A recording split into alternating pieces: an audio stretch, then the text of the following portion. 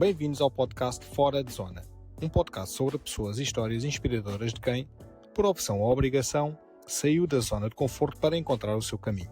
Desde a indústria ao desporto, falo com pessoas de várias áreas, mas sempre com ligação à bicicleta na sua história. O meu nome é Luís Beltrão, sou editor do Top Cycling e este é o podcast Fora de Zona. Olá a todos, estamos então aqui no Fora de Zona, remetendo-nos então este podcast para fora de zona de conforto e, como sabem, trago e tenho a intenção de trazer aqui convidados das mais variadas áreas, sempre com a bicicleta pelo meio das suas histórias.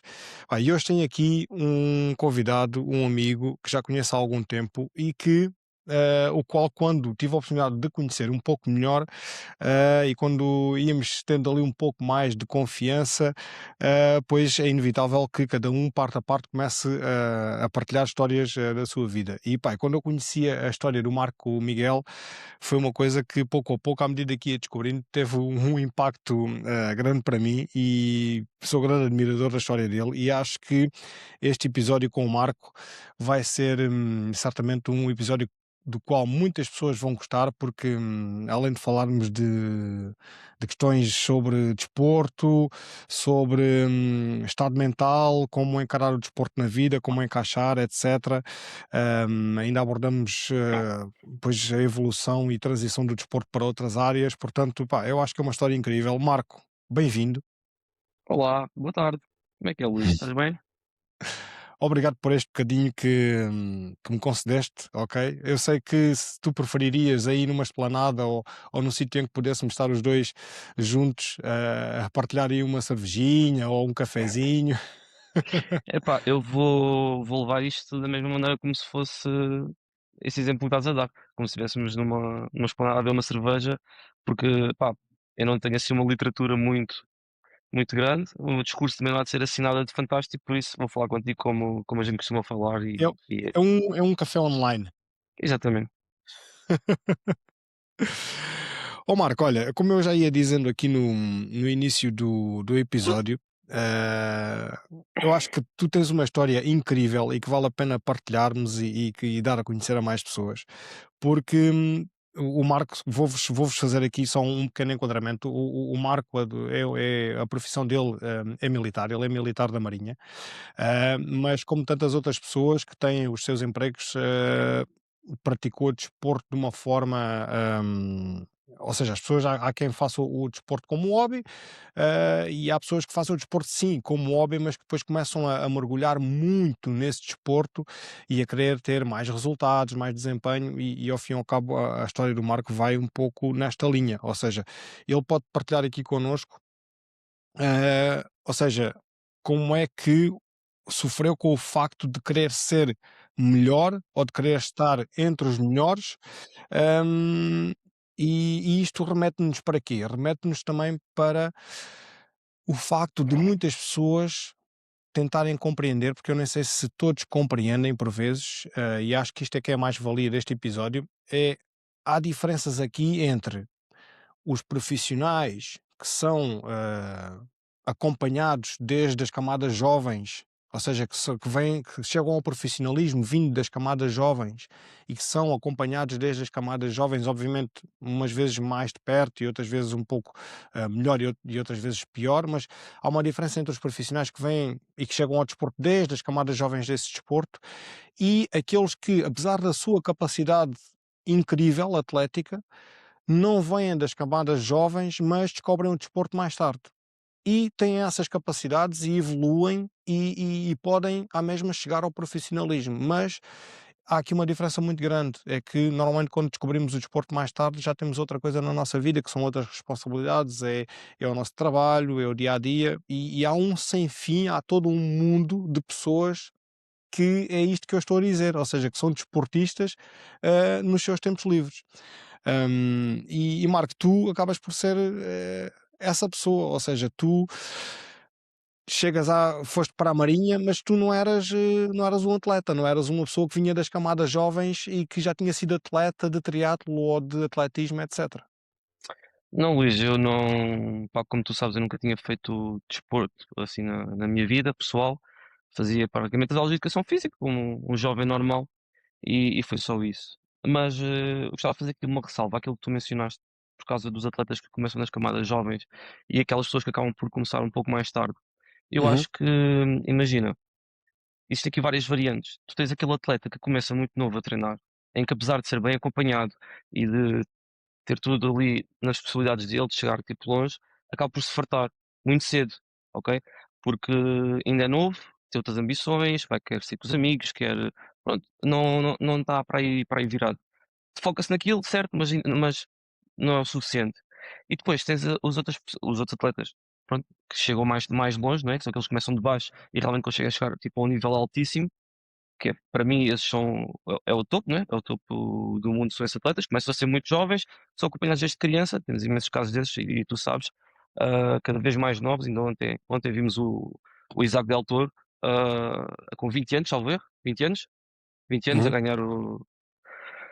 a ganhar a prova do Aya Tour e pronto. E depois tens outra coisa, que é aquelas pessoas que é o meu caso, que é que começam mais tarde, que nunca fizeram desporto e que, acabam por ter outras coisas que são boas, há pontos positivos nisso, que é, primeiro, já tens a tua vida, estável, mais ou menos organizada, já estás estável, já sabes aquilo que queres, já sabes como é que podes organizar o teu dia a dia e assim que tu metes uma coisa na cabeça, pá, tens a capacidade já, porque já és um pouco mais velho, né? Já tens mais experiência de vida, para conseguir canalizar as tuas energias, tudo aquilo que precisas de fazer para o desporto.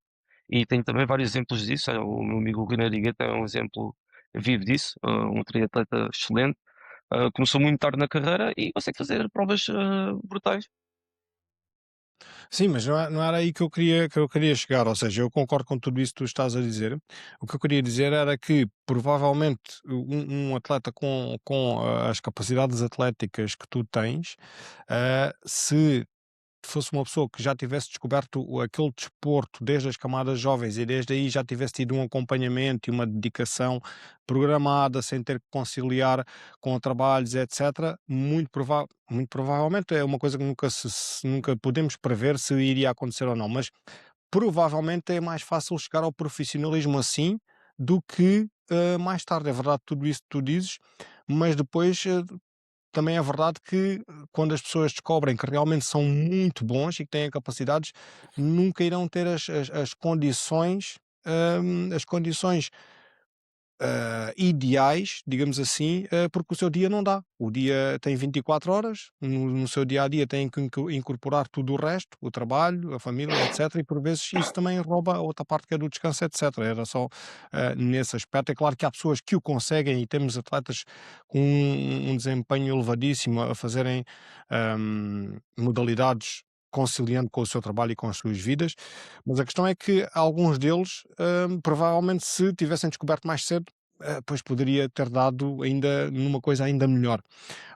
Para quem nos está a ouvir, só para terem a ideia, e nós Deixa-me só vamos fazer desenvolver. uma pequena ressalva em relação a isso que estás a Diz, diz, dizer. diz, diz, diz, diz, mano. Eu acho que é preciso haver um conjugar de certos fatores. Essa pessoa, essa criança tem que ter não só os recursos, mas que esses recursos sejam bem aplicados a nível do Também. planeamento Sim, de sim, treino, claro. a nível do treinamento e também às vezes é muito importante ter conhecimentos dentro das próprias, das próprias federações, ter alguns conhecimentos tipo pessoais, acabam por ajudar bastante nisso. Eu sei que não é, Não, claro, sem dúvida. mas é Aliás, realmente assim que funciona. claro, aliás, mesmo assim, mesmo desta forma que eu estou a dizer, quantos é que não ficam pelo caminho, não é? Exatamente, Quantos é que não exatamente. ficam pelo caminho por uma série de questões também, epá, sem dúvida. Hum, só para enquadrar aqui um pouco também quem nos está a ouvir aqui no início, o Marco, além de uma série de resultados e provas, eu vou começar assim, Marco, e depois vamos avançar aqui. Vamos, até podes fazer um resumo de como é que começaste, como é que as coisas foram evoluindo, mas já para as pessoas que nos estão a ouvir, e ainda estamos no início. O Marco, por exemplo, em 2019, e a tua especialidade era do triatlo, certo? Quer dizer, Ah, atletismo também, né? eu comecei pelo triatlo, depois dediquei-me basicamente ao atletismo do lado. Ok. Mas só para terem uma ideia, por exemplo, em 2019, o Marco faz sexta posição, elite, isto em elite, no Campeonato do Mundo em Espanha, em 2019, sexta posição por Portugal. E, por exemplo, no mesmo ano, faz 4ª posição, ficaste ali mesmo à beirinha do pódio, no duatlo sprint, isto também campeonato da Europa e também pela seleção nacional. Portanto, ou seja, nesta altura eras um atleta de topo. Porque uma pessoa que vai ao campeonato do mundo e faz 6ª posição, eu considero que é um atleta de topo. Uma pessoa que vai a um campeonato da Europa e faz 4ª posição, eu considero que é um atleta de topo. Mas depois ainda tens aqui, vamos agora sair aqui daquilo que são os campeonatos do mundo e campeonatos da Europa, que já é um nível elevadíssimo, elevadíssimo. Por exemplo, aqui no ano de 2019 tiveste aqui resultados incríveis, por exemplo, no que diz respeito a atletismo, ou seja, ganhaste meia maratona de Setúbal, meia maratona de Évora, meia maratona da Moita, fizeste segunda meia maratona de Portimão e pronto, e no mesmo ano ainda, não sei se foi nesse ano ou no ano a seguir, que participaste nos Jogos Olímpicos Militares, que foste à China. Foi esse ano de 2019 foi o ano, foi tipo o meu ano de ouro, vá. Foi em 2019 que eu fui à China, porque o Covid começou nessa altura, no final de 2019, e eu estive em Exato. Wuhan, na cidade que originou essa pandemia, não é? Em setembro, salvo erro. Yeah. E por acaso Ou é uma seja, história engraçada, mas depois já te conto se quiseres ouvir. sim, sim, claro que sim. E vou querer assim muitas mais. E também isto eu gosto de fazer este enquadramento dos resultados, porque os resultados, ok, valem o que valem e não, os atletas não se medem só nos resultados, mas é nos resultados quando falamos de competição. E isto eu quero fazer esta ressalva aqui ainda no início, porque é para as pessoas terem a ideia de que epá, realmente estamos a falar aqui de um atleta que na altura era um atleta de topo. Não é? Com estes resultados em Campeonato do Mundo e Campeonato da Europa, é um atleta de topo. E tu não eras profissional. Volto a fazer esta ressalva, não eras profissional. E quando eu digo profissional, é aquela pessoa que vive exclusivamente para treinar e descansar e fazer aquele desporto. Aqui alguns registros de referência.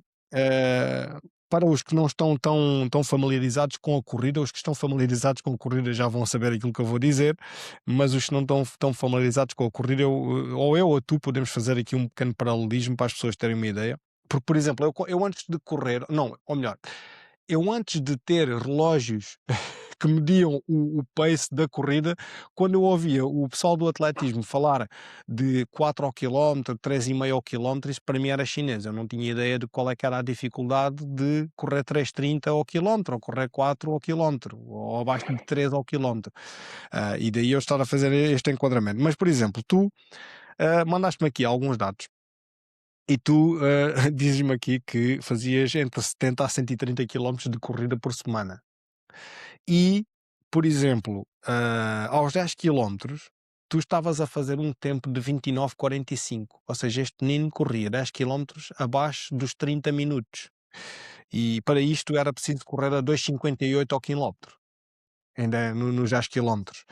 E, por exemplo, nos 5 quilómetros, que é metade da distância, ou seja, aos 5.000 metros, num duatlo, tu fazias 14,10, ou seja, tu corrias 5 quilómetros a um ritmo de 2,50 ao quilómetro. Isto, eu quando tu me mandaste isto, eu comecei assim, tipo, mind-blowing, tá a ver? Tipo, pam! Porque eu sei que a idade é outra e tudo isso, mas eu já me. Atualmente, por exemplo, eu borro-me todo para correr e estando minimamente em forma, borro-me todo para correr 4 ao quilómetro. E se for 3,30, esquece, já nem consigo. Portanto, pá, isto são dados Não, incríveis. não te E preocupes porque atualmente eu também não consigo já não consegue. fazer 10 quilómetros, provavelmente faça 4 quilómetros, se tudo correr bem, não. Esses dados que estás-me a falar já parece que foi noutra vida. Ah pá, claro que sim, mas são dados incríveis, pá. Vou correr os 5 quilómetros a 2,50 ao quilómetro não é para qualquer um, esquece. E no que diz respeito à bicicleta, embora não fosse o teu enfoque principal de treino, e já lá vamos porque tu depois podes-me dizer, embora não fosse o teu enfoque principal de treino, tu tinhas um FTP de 320 watts, ou seja, pós 61 quilos que tu tinhas na altura, tu estavas com uma média de peso-potência de 5,2 watts por quilo, ok? Isto é incrível. Para uma pessoa que não tinha, volto a dizer, não tinha na bicicleta o seu enfoque principal de treino. Era um complemento e como tu também já me explicaste em histórias, hum, tu na bicicleta, digamos que era deixada quase para segundo plano, ou seja, fazias, mas o enfoque principal era a mesma corrida, não é? Exatamente. Hum, Nós e quando começávamos o planeamento para a nossa época, numa fase já mais avançada da entre aspas, da minha carreira desportiva. E tu sabes, o Adelino foi sempre o meu treinador e é um grande amigo É nosso. um amigo que temos em comum. E é uma pessoa que eu tenho imenso respeito, não só pelos conhecimentos que ele tem, pela maneira como tratou e pela pessoa que é. É uma pessoa fantástica. E então a gente fazíamos o nosse planeamento consoante a época desportiva. Imagina, os duátleos em Portugal não existem assim tantos quanto isso. Existem, não sei quantos é que existem atualmente, mas era pelo menos 3 ou 4, ok? Não era nada de especial. E eram todos ali focados num espaço de 3 meses, tanto. Não me recordo com precisão, mas era assim uma coisa. E então, eu basicamente fazia muita bicicleta no início da época, para fazer um volume de trabalho grande e não sacrificar tantas articulações e pronto, a bicicleta nesse aspecto acaba por ser muito mais soft para o nosso corpo, do que a própria corrida, não é? Não há impactos, acaba por ser mais horas de treino, a parte do endurance é muito fixe de fazer na bicicleta. E depois, quando chegava à parte das provas, basicamente era só fazer treinos rápidos, fazer sprints, tentar fazer ali, pá, que eu consiga aguentar tipo, 1 hora, tipo, com uma potência que fosse o suficiente, porque eu, de todo, na altura, enquanto estava a fazer os lotes, não era um bom ciclista, não tinha valores assim como esses estás a dizer, isso foi um pouco depois, quando me dediquei um bocadinho mais à bicicleta, mas era basicamente fazer o mínimo suficiente na bicicleta para conseguir beneficiar na corrida e ao mesmo tempo nos duados conseguir aguentar a roda dos outros. Era mais ou menos isso que eu fazia com a bicicleta. Ok. E, e agora, ainda voltando um pouco atrás, tu quando ingressas na Marinha, para essa ser a tua profissão, tu ainda ou seja, tu não tinhas passado desportivo e é na Marinha, só na Marinha, e na altura recorda-me quantos anos é que tinhas quando entraste para a Tinha 20, Marinha? tinha 20 anos. Ou seja, só aos 20 anos é que tu começas ali a praticar desporto com maior assiduidade e a ver no desporto, uma prática, vá, regular, digamos assim, porque antes não. Sim, exatamente, Tu Luís. Eu antes tinhas uma vida um bocado desgovernada, era festivais, rock, ou seja, também coisas normais do jovem, não é?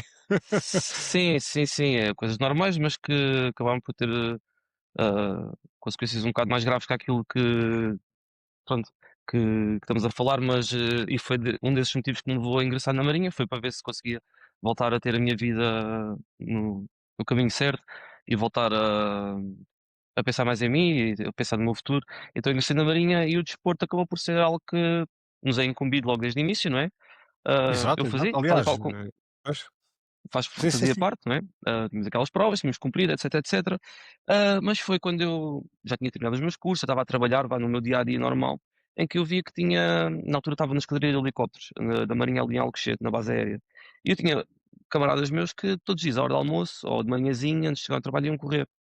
Pá, e aquilo tinha um percurso fantástico ali junto ao rio, aquilo é mesmo muito bonito. Eu comecei a ir com eles.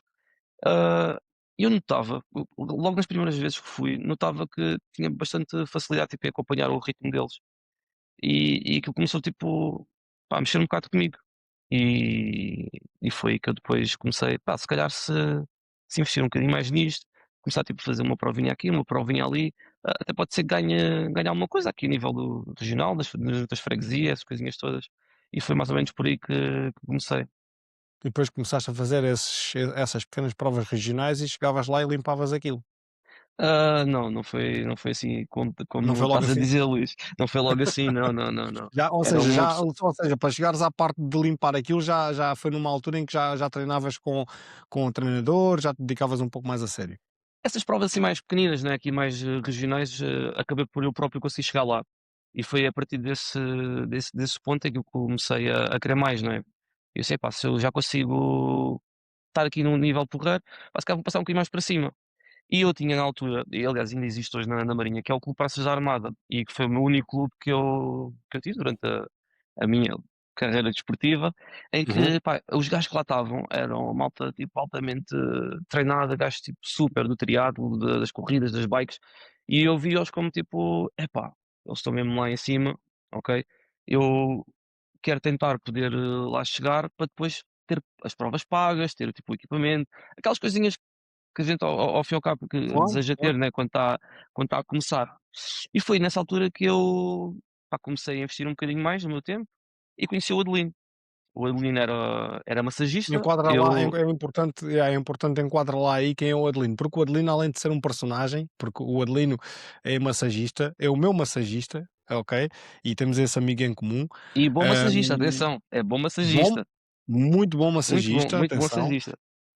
Porquê? Porque o Adelino, foi um grande atleta e depois fez o curso de massagem e ele tem a experiência de atleta e sabe, conciliar muito bem com aquilo que aprendeu na massagem, ok? Exatamente, Para passar isso.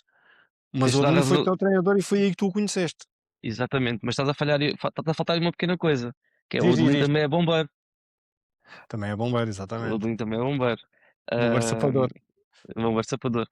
Exatamente, eu comecei por querer, epá, estou a correr, tenho as pernas amassadas, preciso, o que é que eu posso fazer para me tratar, para evoluir mais um bocadinho. Pá, e falaram-me, tipo, as massagens eram fixe, massagens desportivas, tipo, uma vez por mês, algo assim do género, e eu, pá, deram-me o contacto do Adelino, e eu comecei lá a ir. Pá, e ia uma vez, ia duas, e começámos a falar, e falávamos de provas, e falávamos de tempos e coisas, e ao final de alguns meses, acredito, alguns meses, o Adelino vira-se para mim, estava-me a fazer a massagem e disse assim: epá, olha, ó Marco, eu nunca fui treinador, eu não tenho nenhum curso, pá, mas estava disponível para treinar se quisesses. Acho que tens aí algum potencial, vê-se que és uma pessoa que é interessada e que é dedicada, e eu, como nunca o fiz, pá, e gostava de poder ajudar, e assim os dois a gente vamos vendo o que é que dá. Isto mais tarde, se tudo correr bem, pá, se eu gostar de treinar a ti, até posso voltar treinar mais pessoas e posso ter aqui mais um part-time, algo assim do género, e pronto, começámos, foi por aí que a gente começámos. Ok, foste a cobaia do Adelino. Exatamente. Para o bem e para o mal. Epá, o Adelino, atenção, é preciso, não sei se chegámos a dizer esta parte, o Adelino foi um atleta incrível no Sporting e no Benfica, nos 1500 metros. Exatamente, exatamente. Exato, não, era mesmo o Só que topo. lá está, é mais um exemplo daquilo que estavas a falar ao início. Pá, ele se veio de Trás-os-Montes sozinho para ingressar no centro de alto rendimento e vivia cá sozinho e a vida dele era dedicada àquilo e mesmo assim, mesmo tendo bons resultados, acabou por nunca conseguir fazer disso a sua carreira. Porquê? Chega ali aos 22, 23 anos, 24, tu queres ter uma namorada, pensas em casar, queres ter uma casa Claro, e a vida atualmente do, o do desporto atletismo em não te suporta Portugal isso. não suporta isso e tens de fazer tipo as tuas escolhas. Claro. Eh, Ó Marco, e tu depois vai avançando, vais sendo treinado, vais evoluindo, e há aqui uma questão também engraçada que é, por exemplo, uma pessoa para fazer 130 quilómetros por semana e para chegar a estes registros que tu tens aqui, tu também deixaste aqui um dado interessante que é, tu tinhas 15 dias de descanso por ano. Hum. Quando tu dizes estes 15 dias de descanso por ano, é 15 dias de descanso por ano dos treinos. Sim, eu treinava todos os dias, basicamente Uma foi vez sempre por esse o meu. dia? Depende. Eu tinha bicicleta e corrida, como às vezes fazia 2 vezes corrida. Mas imagina, esses dados que tu estás a mencionar, dos 60 quilómetros semanais até aos 130, por aí mais ou menos, isso não é tipo de um dia para o outro que tu consegues atingir. E Sim, não é sim, por sim, falta de é um vontade ou por pico, é quando falta tu já de. estavas já mais habituado, não é? O teu corpo demora, os teus músculos, e isso é que torna o desporto de endurance tipo algo pá, tem uma característica especial que é o teu corpo não consegue tipo, evoluir tão rápido como aquilo que a gente quer, não é? Especialmente a Pois parte da não, endurance, não nós temos fica de dar tempo, sim, e tens de passar 1 ano, 2 anos para conseguires voltar a conseguires meter mais volume de treino, sem te magoares. O que é que eu te posso sim, dizer? claro. A nível dos bidiários de corrida, nunca consegui suportar 2 treinos de corrida por dia. Houve alturas em que sim, mas que era para cenas muito específicas, mas basicamente era corrida e bicicleta. Corrida e bicicleta. Ok.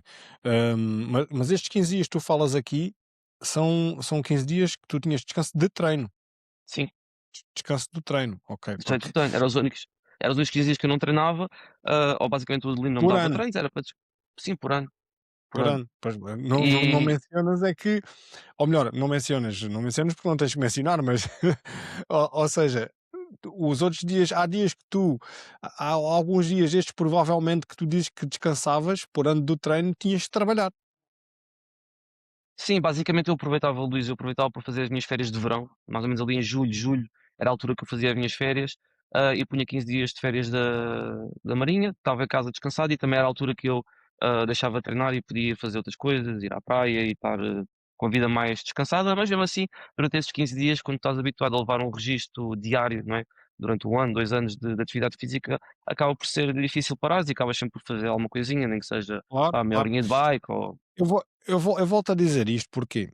Porque e haverá pessoal que nos está a ouvir e diz assim: "Ah, mas eu também descanso pouco e tudo isso". Ok, tudo bem, e eu concordo, mas estamos a falar de um atleta que fez em 2019 sexto no campeonato do mundo e quarto no campeonato da Europa. E não estamos a falar de campeonato do mundo de granfones. Nem estamos a falar do campeonato da Europa de Masters, etc. Não que não tenham valor, como é óbvio, mas aqui o nível mais elevado, onde tem os atletas profissionais de todos os países, e aí volto a ressalvar, são atletas profissionais, Reino Unido, França, por aí fora, enfim, Espanha. Ou seja, tu, quando fazes estes resultados nos campeonatos do mundo, isto estamos a falar da categoria de elite, tu estavas a competir contra a maioria deles eram atletas profissionais. sim, eu, por exemplo, franceses, belgas, são atletas muito fortes, nessa modalidade. Eram atletas que tinham, além de terem a estrutura no país, para aquilo que eu percebi, para aquilo que eu falava com eles na altura, o próprio país tinha uma estrutura muito mais organizada, ou havia mais provas, havia mais equipas, as pessoas conseguiam tipo, receber algum dinheiro das equipas para poder fazer a sua vida, e daí havia sim atletas profissionais, mas também sei, que havia atletas também, tal e qual como eu, que tinham a sua vida, que trabalhavam e que sacrificavam para poder estar ali a Ok, representar.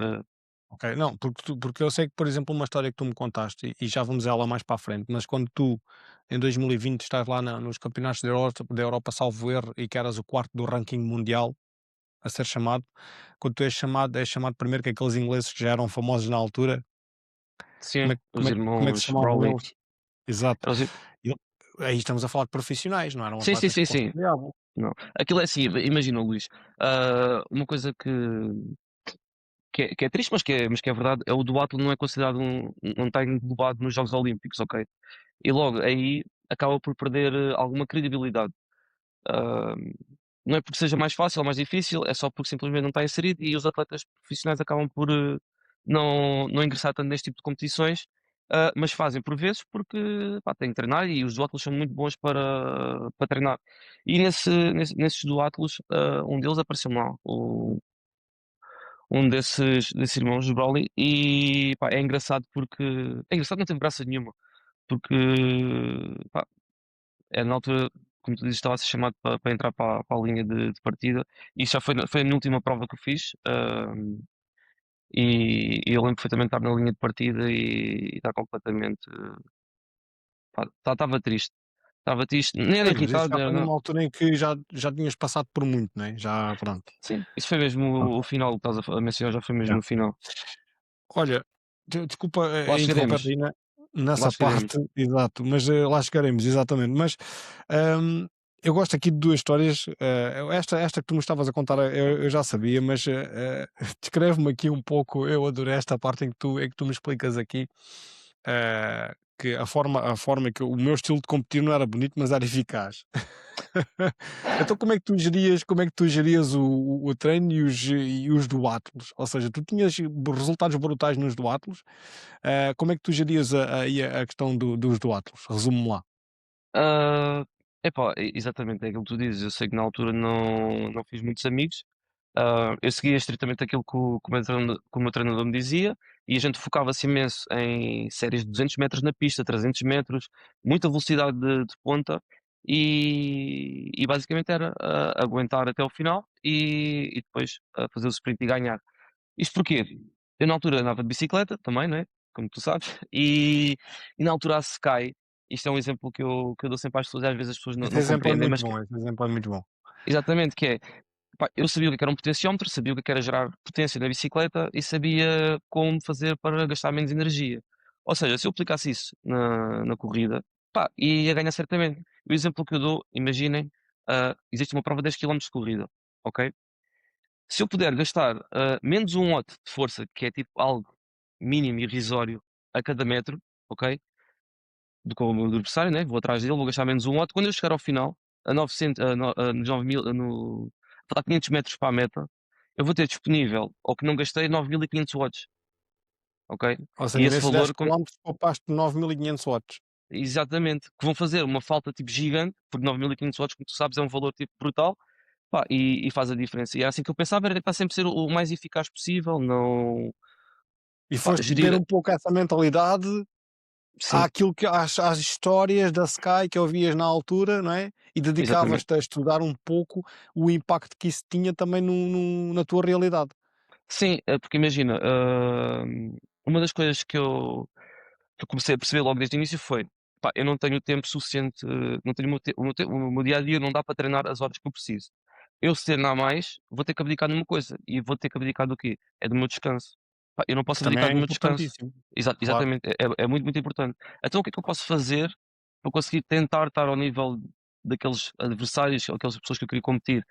Era basicamente est a tentar Os ganhos arranjar, marginais e estudar exata esses pormenores todos, não é? em tudo, não só nisso que eu estou a dar o exemplo, mas, por exemplo, como na alimentação, tentar ser o mais correto possível na alimentação, tentar ser o mais correto possível, com a minha recuperação, massagens, eletroestimulação, ah, pá, Ter, tudo que, teres os ténis que ainda ninguém tinha em Portugal.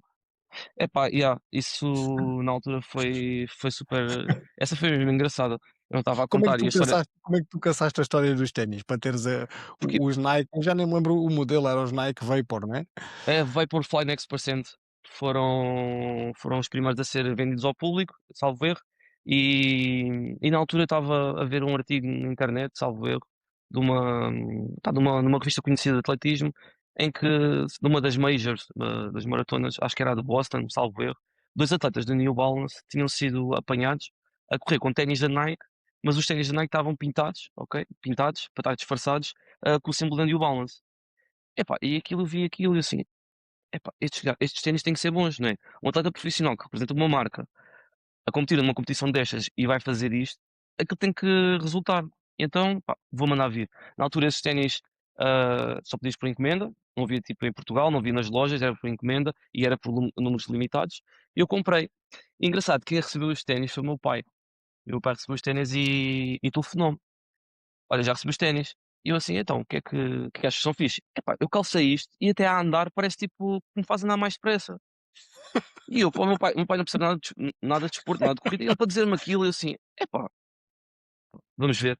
Pá, quando chego a casa e calço os ténis a primeira vez, foi uma sensação como eu nunca tinha tido na altura, foi uma evolução, tipo, brutal. É como passares de uma bicicleta, ah, baixa gama e depois tens ali uma bicicletinha já mais fixe, notas mesmo a diferença. Com o mesmo Fogo esforço, muito incrível. mais. Atenção, deixa-me só fazer um parênteses, não termines a história já, não te esqueças, mas atenção, pessoal.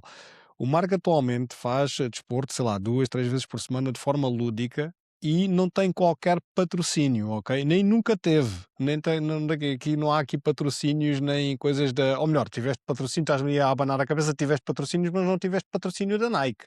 Não, não, não, não, não, não, isso não. Pronto, ok, era aí que eu Tinha queria chegar, ou seja, a forma como tu estás a falar, só fazer aqui essa triagem, ok? Não, estás a falar de uma forma genuína, não é patrocínio da Nike, ok? não, não, não, não, mas imagina, na altura, Mas, pá, é conseguia. interessante, mas é interessante também estares a dizer isso, porque muitas vezes, e eu sinto isso quando faço alguns testes de bicicletas, eu só depois de muitos anos e de testar várias bicicletas é que me comecei a perceber também de uma coisa, Marco. É que antes de eu testar muito material diferente e muitas coisas diferentes, eu era mais um daqueles que dizia: isto é marketing. Ok?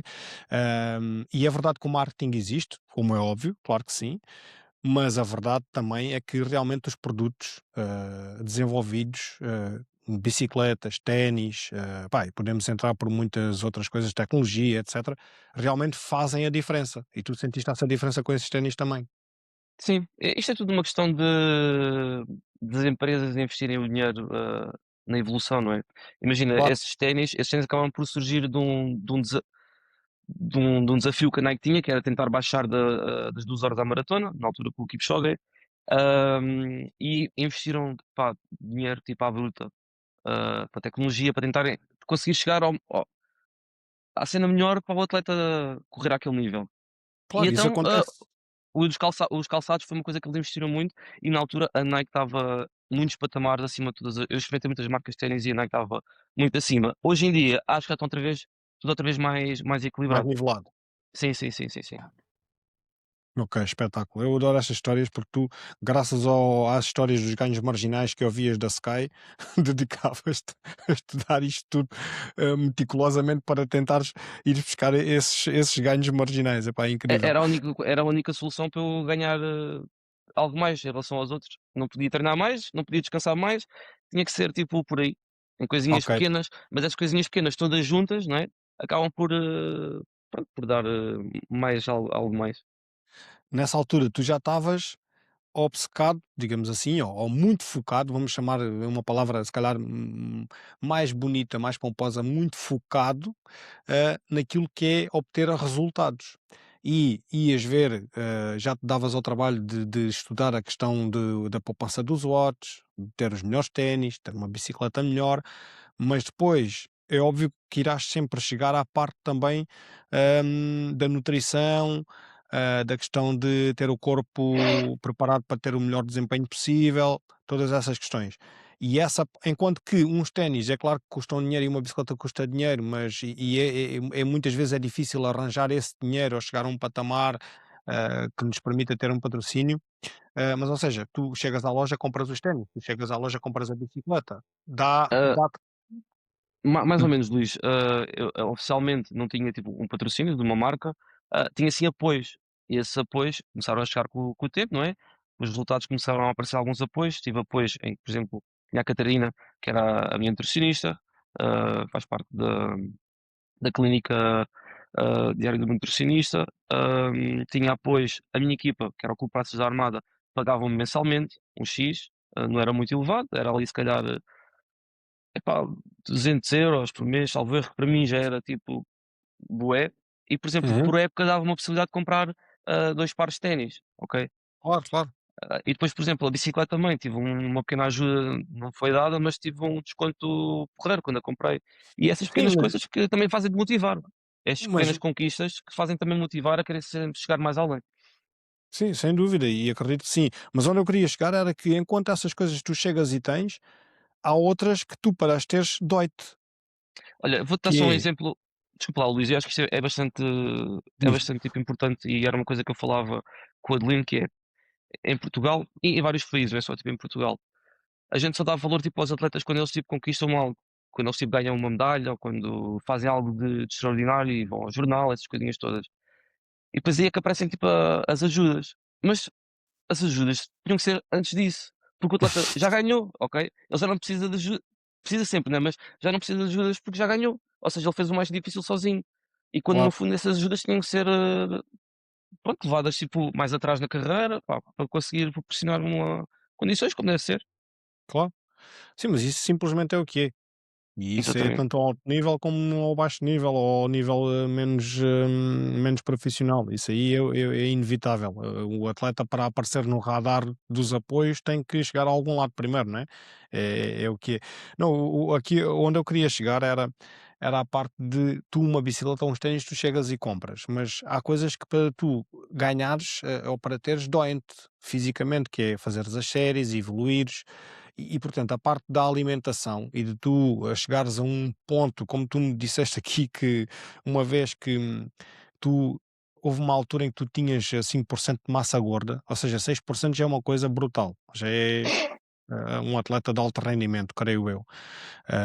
Poderás corrigir-me se isso é verdade ou não, porque eu nunca fui atleta de alto rendimento, mas acho que 6% já é uma porcentagem muito boa. Mas tu tiveste muito tempo com uma porcentagem de massa gorda de 5% ou seja, tu nessa altura já eras acompanhado por uma nutricionista, etc. Mas tu já estavas a levar mesmo muito a sério e muito focado a questão da alimentação, de controlar o peso, do relação peso, ou melhor, sim, peso-potência. Pá, e aí essa parte aí já começa a doer, quer mentalmente, quer fisicamente. Certo, exatamente, Luís. Tanto a parte dos treinos, como a parte da alimentação, como chega um ponto que acaba por ser, epá, é como se fosse o teu trabalho, percebes? Tens que, às vezes não te apetece, mas tem que ser, não é? E é assim que as coisas funcionam. Senão não consegues tipo, chegar a nenhum lado na vida. Por exemplo, os 5% de massa gorda que estás a falar, isso foi uma estupidez da minha parte, porque a Catarina dizia-me que, pá, Marco, estás com pouca gordura, tens que tipo, alimentar, pá, tens de ter mais gordura. Ela avisava-me, mas eu, pá, meti na cabeça que tinha que estar era magrinho, magrinho, magrinho, e depois já te conto o que é que aconteceu, mas, o que não foi na não foi bom, não é, para mim, mas, os 5%, pá, eu não sei se é uma taxa de rendimento, isso não quer dizer nada. Acho que depende do desporto que pratiques, por exemplo, os nadadores têm sempre muito mais gordura do que, por exemplo, um ciclista, porque a própria Ok, gordura ok. acaba por fazer flutuar, percebes? E, pá, depende do desporto que faças. Mas relativamente a essa parte da dieta, como estavas a mencionar dos 5%, o que é que aconteceu na altura? Pá, eu andava já completamente, tipo, desgastado. Todos os treinos que fazia estava sempre, pá, com cansaço extremo. Cumpria-os, mas, pá, era sempre a muito custo, não andava sempre super irritado. A minha vida familiar, pá, era tipo zero, eu vivia praticamente para aquilo. E, pá, olha, por exemplo, a minha libido estava, tipo, completamente em baixo, eu chegava a casa, não tinha vontade de nada, tipo, era só me deitar e dormir. Só querias Então, descansar, exato. exatamente. Fui falar com a Catarina e fomos fazer testes. Uma bateria de testes tipo gigante na altura, em que um deles era a parte dos valores da testosterona. Pá, e quando os resultados chegaram, fiquei preocupado porque tens sempre aquela média, não é? O mínimo e o máximo para uma pessoa normal, e o meu estava muito, muito abaixo do mínimo recomendável. E então o que é que a Catarina me explicou foi, pá, como tens só um pouca gordura, ok? A tua tiroide, que controla as hormonas do corpo, vai entrar em modo SOS, e faz tipo um shutdown. Porquê? Vai-te dar menos testosterona, vai fazer com que tu produzas menos testosterona para obrigar o teu corpo a reduzir, para estás cansado e não fazeres mesmo mais nada, para ver se consegues recuperar essa gordura. E pronto, eu passei os treinos, pronto, fazia-se, mas eu notava que não estava porreiro. A partir daí e desses testes comecei a levar a coisa de outra maneira. Pá, já comia melhor, imagina, já tinha mais peso, começava a ganhar mais peso na altura em que eu precisava treinar mais e depois reduzia um pouquinho, um pouquinho na altura de certas provas, mas não andava tipo nestes extremismos. E pá, isso é daquelas coisas que a gente vai aprendendo só com a experiência própria. Sim, ou seja, ah, é importante e ainda bem que nessa altura tu já tinhas esse acompanhamento, porque uma pessoa estar a levar o desporto assim, dessa forma, sem ter acompanhamento, quando Sim. nós ouvimos dizer que pode fazer mal à saúde, não sabemos em concretamente as histórias, né? Mas isto é uma história que é um exemplo disso. Sim, e a primeira coisa que eu aprendi logo quando comecei a trabalhar com a Catarina, e isto de certeza que há imensa gente, ou quem está a ouvir vai se rever na situação, que era, pá, eu fazia suplementação para tudo, ok? Era proteína, era BCAAs, era tudo aquilo que tu possas imaginar, pá, dentro daquilo que a gente pudesse comprar numa loja ou num site, eu fazia. E a Catarina disse-me logo: "Epá, ó Marco, as tuas análises, pá, tu estás sobrecarregado de vitaminas e estás sobrecarregado de proteína, essas coisas todas, isso não te faz bem". Porque imagina, quando tu vais a correr e vais a dar o teu máximo, em que o teu corpo está a exigir o máximo dele próprio, se tu tiveres coisas a mais que estão aí, que não estão a fazer nada, vão estar só a esforçar o corpo a queimá-las, digamos assim. O corpo vai estar focado em destruir aqueles excessos do que estar propriamente focado no desempenho. O que é que eu fiz? Pá, foi uma redução gigante a nível de suplementação. Basicamente fiquei só Ou com seja, proteína. tu descobriste que suplementavas em excesso. Exatamente. Em excesso por exemplo, os multivitamínicos que a gente toma, epá, acabam por ser em excesso, ok? Porque há certos valores lá que tu depois ficas com eles altos demais sem necessidade. E, pá, e creatinas, a creatina, pronto, é um suplemento que nós pode fazer praticamente todo o ano sem grande stress, e está atualmente muito na ribalta, não só para a nível de performance, mas também para a parte mental, que Sim, ajuda até para imenso pessoas que não na. fazem desporto intensivamente, até também já ouvi Exatamente, dizer para que é para a parte aconselhado, sim, sim, mental. sim. Imagina 20 gramas por dia, que Deus, ou 5 gramas por dia, tipo, é normalmente o recomendável, mas há malta a fazer 20 gramas por dia que não treina só para o cérebro. Porquê? A creatina é algo que os seus músculos vão absorvendo, ok? Pá, eu não sou nenhum técnico disto, só estou a falar daquilo que sei, Estás não a é? falar daquilo que Mas sabes, sim, sim. a creatina, tipo, é algo que o corpo vai assimilando e chega a um ponto em que os músculos, tipo, estão cheios de creatina, ok? Quando tu estás a fazer um desporto ou algo do género, ok? Os músculos vão buscar essa creatina, aquela que estás a consumir, para repor tipo os níveis, e nunca acabam por chegar ao cérebro, o corpo consome-as todas. Então essas subdosagens que hoje em dia estão a ser faladas é nesse sentido, é de dar aos músculos, mas também depois ter também o suficiente para a cabeça. Ok. Ó Marco, e para irmos avançando, ou seja, tu tens aqui um ponto alto e agora vamos voltar outra vez àquela parte em que nós estamos a falar ali do ano 2019, estavas num pico, já explicámos aqui porque é que como é que tu chegaste, ou seja, foste intensificando os treinos, foste levando as coisas muito mais a sério, ias ao pormenor em tudo aquilo que podias ir, exprimias tudo o que podias exprimir para obter resultados e a verdade é que eles apareceram em 2019, estavas num pico brutal de forma, conseguiste também, dentro daquilo que é a tua profissão e derivado dos resultados, ter um estatuto do IPDJ que te facilitava ali um bocadinho as coisas, não é? Para fazeres os treinos. Isso posso dizer que foi o começo do fim, sabes? Quando chegaste a essa parte foi quando as coisas começaram ali a Sim, porque imagina, eu tinha ambição, não é? E quando tens ambição, tu esforças-te e queres e sacrificas estás sempre à procura de mais e mais e mais, ok? E eu cheguei ao ponto em que, epá, na Marinha, dão-me aqui já alguns apoios, pá, tenho 2 manhãs para treinar, já não faço serviços 24 horas para poder descansar, epá, em troca disso, o que é que eu fazia? Representava sempre a Marinha, era a publicidade que fazia tipo à instituição, e eles em troca davam-me esse miminho, não é? Relativamente ao PDJ, sim, que foi salvo erro derivado ao meu primeiro campeonato do mundo, que fiquei abrangido para poder estar abrangido pelo Estatuto de Alto Rendimento do IPDJ, e quando eu ganhei essas coisas, não é, que no fundo nunca pensei conseguir obtê-las, esse eu estatuto. fiquei: "Epá, agora é que as coisas vão correr bem". Agora é que eu vou ter tempo para treinar, agora é que eu vou, tipo, fazer estágios, vou fazer agora é que, tipo, isto vai começar, tipo, a sério, agora é que eu vou conseguir, tipo, dar, tipo, mais um pulo naquilo que já estou a fazer. Tinhas Pá, e tinhas depois sofrido, tinhas pagado o preço e estavas aí no ponto em que realmente estavas todo contente porque: sim, "Epá, agora consegui isto, agora é que vai ser", e ficaste super motivado, mas depois vem o reverso da medalha, não é, que aquilo que eu estava à espera que fosse acontecer acabou por não acontecer. Os apoios que eu pensava que iria ter acabavam por não se traduzir em basicamente nada.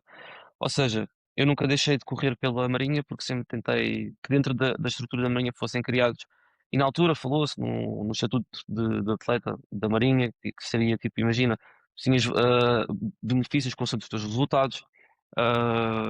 Epá, isso tudo perdeu-se na altura em que começou o Covid, ok? Quando começou o Covid, epá, a gente não e havia. ti e também tiveste algo também que te atrapalhou que foi os embarques, não é? Sim, isso é algo que marca. Epá, eu diria tipo, na totalidade, ou tipo, é um ponto super marcante na minha vida pessoal, até aos dias de hoje, mas é sempre algo que, imagina, Luís, ah, eu na altura Enquadra-nos quando lá comecei. aqui um pouco, porque quem nos vai ouvir não está bem ciente daquilo que são Sim, os embarques e o que é que implica isso na Marinha, etc. Ou seja, o militar da Marinha, quando tem que embarcar, está num espaço confinado, que é o navio, né, por vários meses. E depois também há vários tipos de embarques. Há uns em que vêm à terra de X em X dias, ou podem levar bastantes dias em alto sim, mar. E pronto, como é óbvio, aquela é a tua im- profissão, tu tens que im- cumprir, né? Tu és militar na Marinha, tens que cumprir, não dá como fugir. Mas claro, se estás a conciliar com uma atividade desportiva, isso, ou seja, tem, em termos de o que vai prevalecer é a parte da profissão, tu tens que cumprir essa parte da profissão, mas é outra parte, de repente, depois de teres pago todo aquele preço e de teres evoluído e de estares motivado, ou seja, de repente, se tens que embarcar, deixas de ter condições para treinar. não é o ter, é quando, ok? A questão É não é o quando? ter, é Mas o quando. explica-nos lá um pouco como é que é isto do embarcar para as pessoas que, Sim, que nos estão a ouvir e que não percebem nada disto. ok, por exemplo, na Marinha nós trabalhamos com escalas, né, como tu sabes, existe uma escala de embarque. E essa escala de embarque é basicamente uma tabela de pessoas em que vai rodando do primeiro para o segundo, para o terceiro, e quando chega à tua vez, pá, tens que alinhar e vais Claro para o tens que navio ir. que tiver a precisar na altura desse militar. Conclusão, eu quando comecei a treinar e quando ainda tipo, andava a brincar mais ou menos ao desporto, foi na altura em que eu fiz o meu primeiro embarque. Foi um espaço de 2 anos, eu na altura estava numa lancha de fiscalização rápida, mas de rápida tipo, não tinha nada, mas acabava por ser porreiro, porquê? Porque era uma lancha pequena e a gente todos os dias tínhamos que atracar para meter comida a bordo, para fazer reabastecimento de águas, essas coisinhas todas. E eu, a bem ou mal, todos os dias conseguia tipo, treinar qualquer coisa. Ou seja, durante esses 2 anos eu não evolui praticamente nada, foi só tipo o manter, ok? O manter-me Conseguiste manter. saudável, o conseguir fazer, pá, os meus treininhos o melhor possível, pá, eu basicamente às vezes estava em períodos de 3 meses em que estávamos em missão, em que 3 em 3 noites perdia metade da noite, vá, e depois eram os enjoos, um gajo vomitava e essas coisas, como deves calcular, que afetam depois o nosso treino.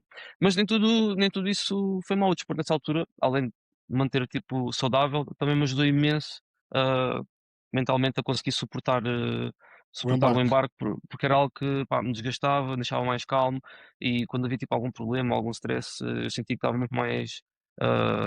pá, muito mais relaxado para lidar com as coisas, fazendo o meu desporto. Depois, acabei esse embarque, foi aí que eu comecei realmente a evoluir na carreira desportiva, só que eu sabia que estava nessa escala novamente, né, que tu embarcas, voltas para a terra, mas depois estás na escala e quando chega outra vez a tua Dá a vez, volta toda de novo à dá a escala, volta não é? toda, Depois todas outra exatamente, vez. e voltas outra vez. Como a gente não somos assim tantos quanto isso, eu basicamente tinha ali um período de 6 anos, ok, em que eu podia 5 anos mais ou menos, que eu podia, tipo, treinar. Imagina, eu comecei a treinar, e comecei a evoluir, e comecei cada vez a ficar melhor, e eu começava a pensar, pá, que era inevitável. Imagina os treinos de pista, tipo, à noite, as séries, um gajo está ali na pista sozinho a chover, olha para o lado e tipo, não vê ninguém e pensas, foda-se, o que é que eu estou. Desculpa, tipo, o que é que eu estou aqui a fazer? E nesses momentos de sofrimento, ou quando vais tipo numa prova em que realmente é exigido tu deste tipo o teu máximo, tu começas a pensar tipo nas tuas coisas do dia a dia. E eu vinha-me sempre a cena do embarque. Eu assim, estou a treinar para quê? Estou tipo a esforçar-me tanto tipo para quê? Se depois isto tudo vai acabar Eu sei que vou daqui a uns demorar tempos. X tempo a atingir um nível, não é? E depois quando E depois chegar vai, a esse e vai tudo, ponto, vai tudo por água abaixo, exatamente, porque da próxima vez que eu embarcar, não há de ser numa lancha, há de ser num navio maior, há de ser em que eu vou estar muito tempo fora de estar a navegar, pronto, sem poder treinar, e tudo aquilo que eu alcancei até aquele momento, pá, era simplesmente mandado por água abaixo, porque tu demoras tipo 5 anos a alcançar, pá, se tiveres 2 anos sem te aplicares, né, depois vai ser muito difícil voltares. Especialmente, se calhar fisicamente até podes conseguir voltar, mas a nível mentalmente, eu tenho muitos camaradas meus pá, que fazem desporto desde que eu os conheço e passaram por isso, era tipo oscilações, estás a ver? Agora estão em forma porreira, depois voltam tipo cá abaixo, estão num navio, depois voltam outra vez numa forma porreira. Pá, mas eu, estás a ver, tinha chegado tipo um bocadinho mais acima disso e só de pensar que ia ter que perder tudo, que era por algo que eu não consigo controlar, era algo que mexia imenso comigo. Imenso, imenso. Aliás, ainda hoje continua a mexer, porque também estou na escala de embarque sim, é e. normal, Pá, claro, claro. exatamente. Tu, apesar de tudo, ou seja, o facto de estares na Marinha também te permitiu teres aí uma daquelas que foi uma experiência que corraste para a vida, que foi ires aos Jogos Olímpicos Militares. Sim, a Marinha nesse sentido, pá, acabei por ter algumas experiências porreiras. Olha, eu não me lembro se foi em 2018, salvo erro, foi a minha primeira experiência a correr pelas Forças Armadas fora de Portugal. Eu na altura acho que ainda não tinha sido campeão nacional das Forças Armadas, ou se, epá, já não me recordo, mas foi um título que depois também alcancei mais tarde. Epá, e as Forças Armadas na altura, aliás, ainda hoje, e tu deves saber disso, pá, tinham um nível brutal de atletas. Havia atletas do Sporting, por exemplo, Não, tinha o pois tem, Ricardo, tem, tem. havia o Claro. Ricardo Dias, um atleta fenomenal do Sporting, de corta-mato, pá, era mesmo muito fixe e as provas internas das Forças Armadas eram brutais. E pronto, consegui ir uma vez a Budapeste, pá, foi incrível, havia lá a corrida da NAT, em que foi a minha primeira vez fora para correr e por acaso ganhei essa prova e pá, foi uma experiência espetacular. Ah, e depois, a outra que tu falas foi quando eu fui realmente à China. Pá, isso foi uma cena que até hoje eu não tenho tipo Aquilo, palavras para descrever. apesar de serem Jogos Olímpicos Militares, aquilo tem um nível do caraças, não tem? Imagina, aquilo tem tinha um nível naquele. O nível foi daquele. Estava naquele patamar por causa de ser na China, ok? E a China gosta sempre de se mostrar como, pá, uma grande potência em tudo aquilo que faz. E não fez pela metade. Levou aquilo exatamente como se fossem os Jogos Olímpicos a sério. Pá, nós estávamos instalados numa vila olímpica que foi criada de raiz para aquele evento. Ou seja, a capacidade era 19 mil pessoas daquela aldeia. Tínhamos. Pá, era uma aldeia só para nós. Tínhamos vários estádios que tinham sido alguns deles tipo, criados de raiz para acolher os jogos. Os Pá, Jogos Olímpicos Militares. os Jogos Olímpicos Militares. Pá, vi o Exato. Jackie Chan correr. Eu o Jackie Chan correr, por isso. Não é que ele não conseguisse, mas vi o Jackie Chan cantar. Pá, tive o presidente da China tipo, a falar para os atletas. Pá, imagina, na cerimónia inicial entrámos no estádio que estava, imagina, tipo, o estádio do Benfica, tipo, cheio de gente, e tipo, a aplaudir e a gritar, e tipo, eu assim, fogo. Não estou habituado tipo, a este tipo de cenas, mas Estas pessoas amam mesmo o desporto, não é? yeah, Mas, pá, sim, mas se não sabemos se não receberam dinheiro para lá estar no estádio, quando está lá.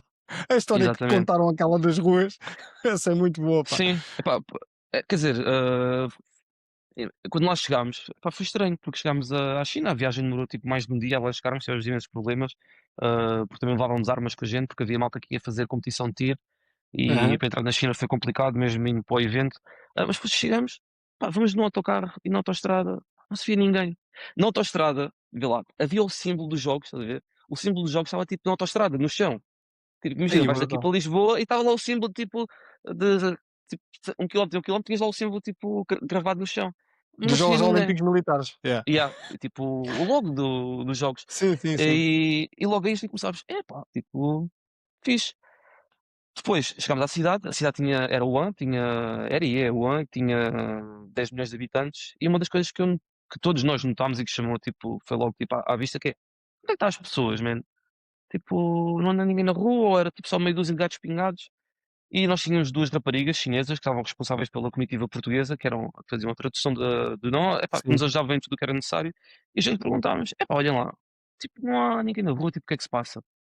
E elas o que nos explicaram foi: pá, olha, o governo pagou 50 € por pessoa, a cada pessoa, por dia, para as pessoas se deslocarem para fora da cidade. Para quê? Para baixar os níveis de poluição.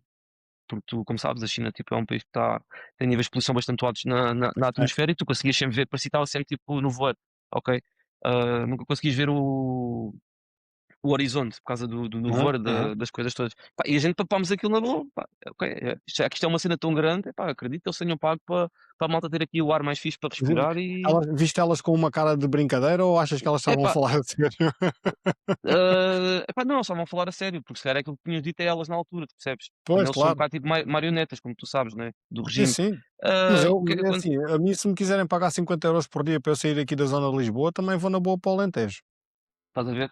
Pronto, e a gente papámos aquilo na boa. O que é que aconteceu? Pá, os jogos aconteceram, foi mais ou menos 15 dias que ali tivemos. Pá, quando regressámos a casa, começámos tipo, a ouvir histórias, porque começámos a seguir malta no Instagram, criámos tipo, amizades tipo, de outras comitivas francesas, etc, etc. E começámos a ouvir que pá, na comitiva francesa tinha morrido tipo 1 ou 2 gajos, pouco tempo depois de chegarem em casa. Na comitiva brasileira, salvo erro, também tinha acontecido assim, umas coisas tipo estranhas, também tinha falecido alguns atletas. Ahm, Epá, e pouco tempo depois disso, o que acontece? Vêm as notícias tipo Covid-19, ok? Em que a cidade onde tinha nascido era em Wuhan, e foi onde é que a gente tinha estado, um mês antes disso se proporcionar, e depois aí tudo fez sentido.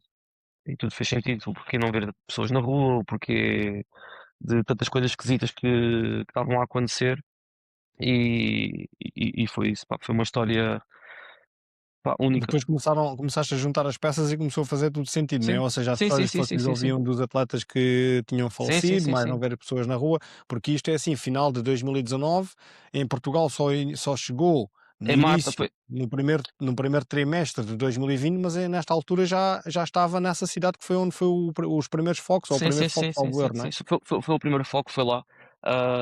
E depois a partir daí espalhou-se, como tu sabes, e foi no início de março, no início de março, isso. Foi nesse primeiro trimestre de 2020 que começou a entrar as restrições, então começou a entrar tipo aquela panóplia de circunstâncias que a gente sabe, e foi nessa altura que, pronto, faço a minha última prova, que foi em março de 2020.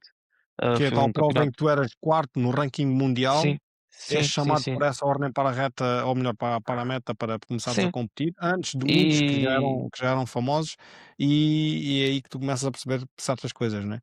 sim, foi, Ou que você imagina. começas também a ter alguns sentimentos que depois Não, despoletam foi naquilo que foi que me bateu a ficha, foi mesmo que me bateu a ficha, porque imagina, quando começou o Covid, nesse primeiro tempo logo, retiraram logo as condições todas que eu tinha para treinar, foi logo tipo, deixaste de ter os não. estatutos do IPDJ, essas coisas Não, não, não, todas, não, né? não, isso, o estatuto tipo, manteve-se até bem mais tarde. Ah, ok. Mas na minha instituição, né, na Marinha, acabei por não ter aquelas facilidades que eu tinha, acabaram, ok? Pá, e eu lembro-me perfeitamente, isto tudo começou porque eu estava no Instagram e estava a ver tipo os franceses, a prova era em Puta Umbria, que é ali no sul de Espanha, mesmo ali perto de Vila Real de Santo António, e faltava um mês para a prova e estava a ver tipo os franceses a estagiar, tipo lá em Vila Real de Santo Já lá António, que ele tem estavam. um complexo, já lá estavam tipo a treinar, e depois tipo os belgas, e eu assim, epá, vou tipo ligar a ver o que é que se passa.